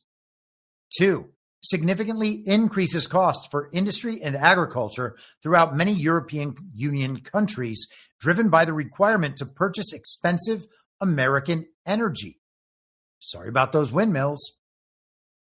Number three, redirects a powerful flow of investment from Europe to the U.S. And of course, the quote-unquote deal is openly anti-Russian, banning the purchase of our oil and gas. But while for Trump, it's mostly about business, for senile old Europe, it's part of the neo-Nazi ideology that hurts the welfare of its own citizens. Nice call out. One can only feel sorry for ordinary Europeans. At this point, they might as well storm Brussels and string up all the Eurocrats from the flagpoles of the EU countries, including, of course, the rabid granny Ursula. It won't help, of course, but at least it'd be fun. That's very bold indeed. Dmitry Medvedev. Here is how Axios framed the other side of that issue. Trump trade deals prove access to the U.S. still matters above all else. So the Germany thing is interesting with the energy from Russia. You would expect that Germany is going to say no to purchasing energy from the United States, work out their own deal with Trump, and then keep purchasing energy from Russia. It would be shocking if that didn't happen, but we're not shocking. I would be surprised if that didn't happen. I wouldn't be shocked. I could just be wrong. That's totally possible. In the Trump-dominated global economy, the U.S. gets plenty, but gives nothing in return. This is the reality of the asymmetric trade deals touted by the White House, which show how far foreign leaders will have to go to safeguard access to the U.S. market. That is an admission that tariffs and bilateral relations destroy the global regime. And that's what he's doing. Trump announced agreements with Europe and Japan in which both agreed to drop their tariff rates to zero, promised eye-popping investments in the United States, and opened markets to American producers. In return, those countries get some assurance on their tariff rate, both 15%, and both of which could have been worse, even if it puts their industries at a disadvantage. Both Tokyo and Brussels apparently viewed the price of a 15% tariff worth paying in light of the alternative of higher tariffs, uncertainty, and counter-retaliation, said a former acting U.S. trade representative under Obama. And then they note his deals with Vietnam, the Philippines, and Indonesia, all of these high population countries opening their markets to American goods. This is American greatness being exported. It's not the regime's version of America being exported by force. That's what the global regime always did. This is America's interests being served in fair bilateral relations with these other countries. If they can't be self-sufficient, if they need goods from America and one of these other large economies, well, then they're going to have to work out deals with those countries to procure those goods. Okay? This is the sort of thing that stops the global regime from being able to run its influence and infiltration options in all of these different countries. It's incredible what's happening. It doesn't get nearly enough credit. This is Secretary of Commerce Howard Lutnick. President Trump just unlocked one of the biggest economies in the world. The European Union is going to open its $20 trillion market and completely accept our auto and industrial standards for the first time ever.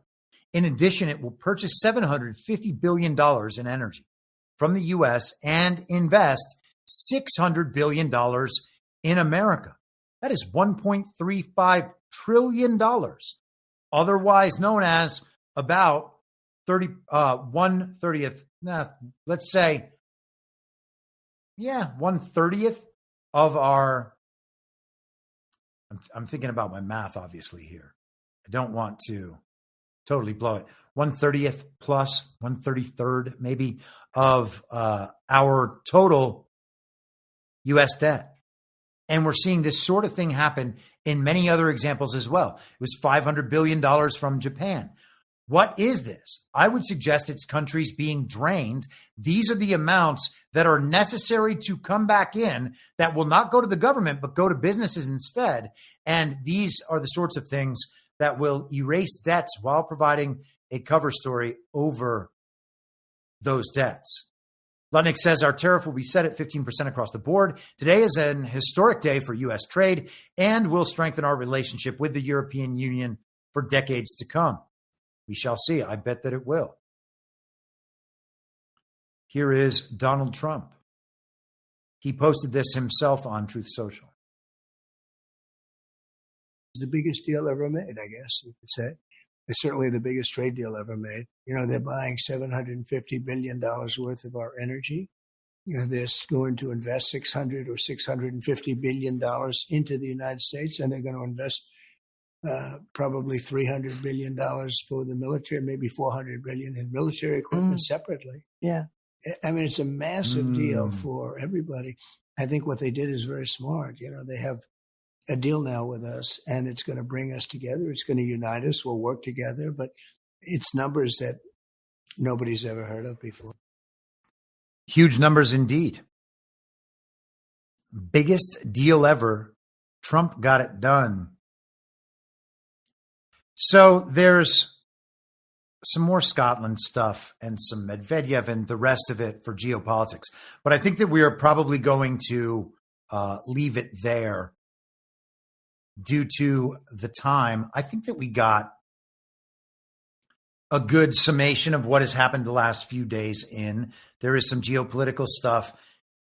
If you are not already following on Telegram, t.me/veryreasonable, follow there. Okay. All of the stuff that I don't get to in the show is going to appear there in some form. And that is the best way to keep up with what I'm writing, what I'm thinking, and what we will be talking about throughout the week. So I would encourage everyone to do that. If you're not on Telegram yet, what in the world is going on? And I say that as I was thinking earlier this morning, I might end up consolidating everything to Substack and Substack chat in the relatively near future to have a little bit more control over content and whatnot, because and this is not a bad thing, you see your ideas replicated all over the place by good people and bad people and whatever else. And it makes sense to restrict the access to that, to people who want to take advantage of that and waste my time and the rest of it. So hopefully that makes sense. And I saw a Rumble rant in the chat. Goodbeard, $20. Really enjoy your work, Chris. Thank you very much, Goodbeard. And I think that might do it as far as rants and subscriptions go.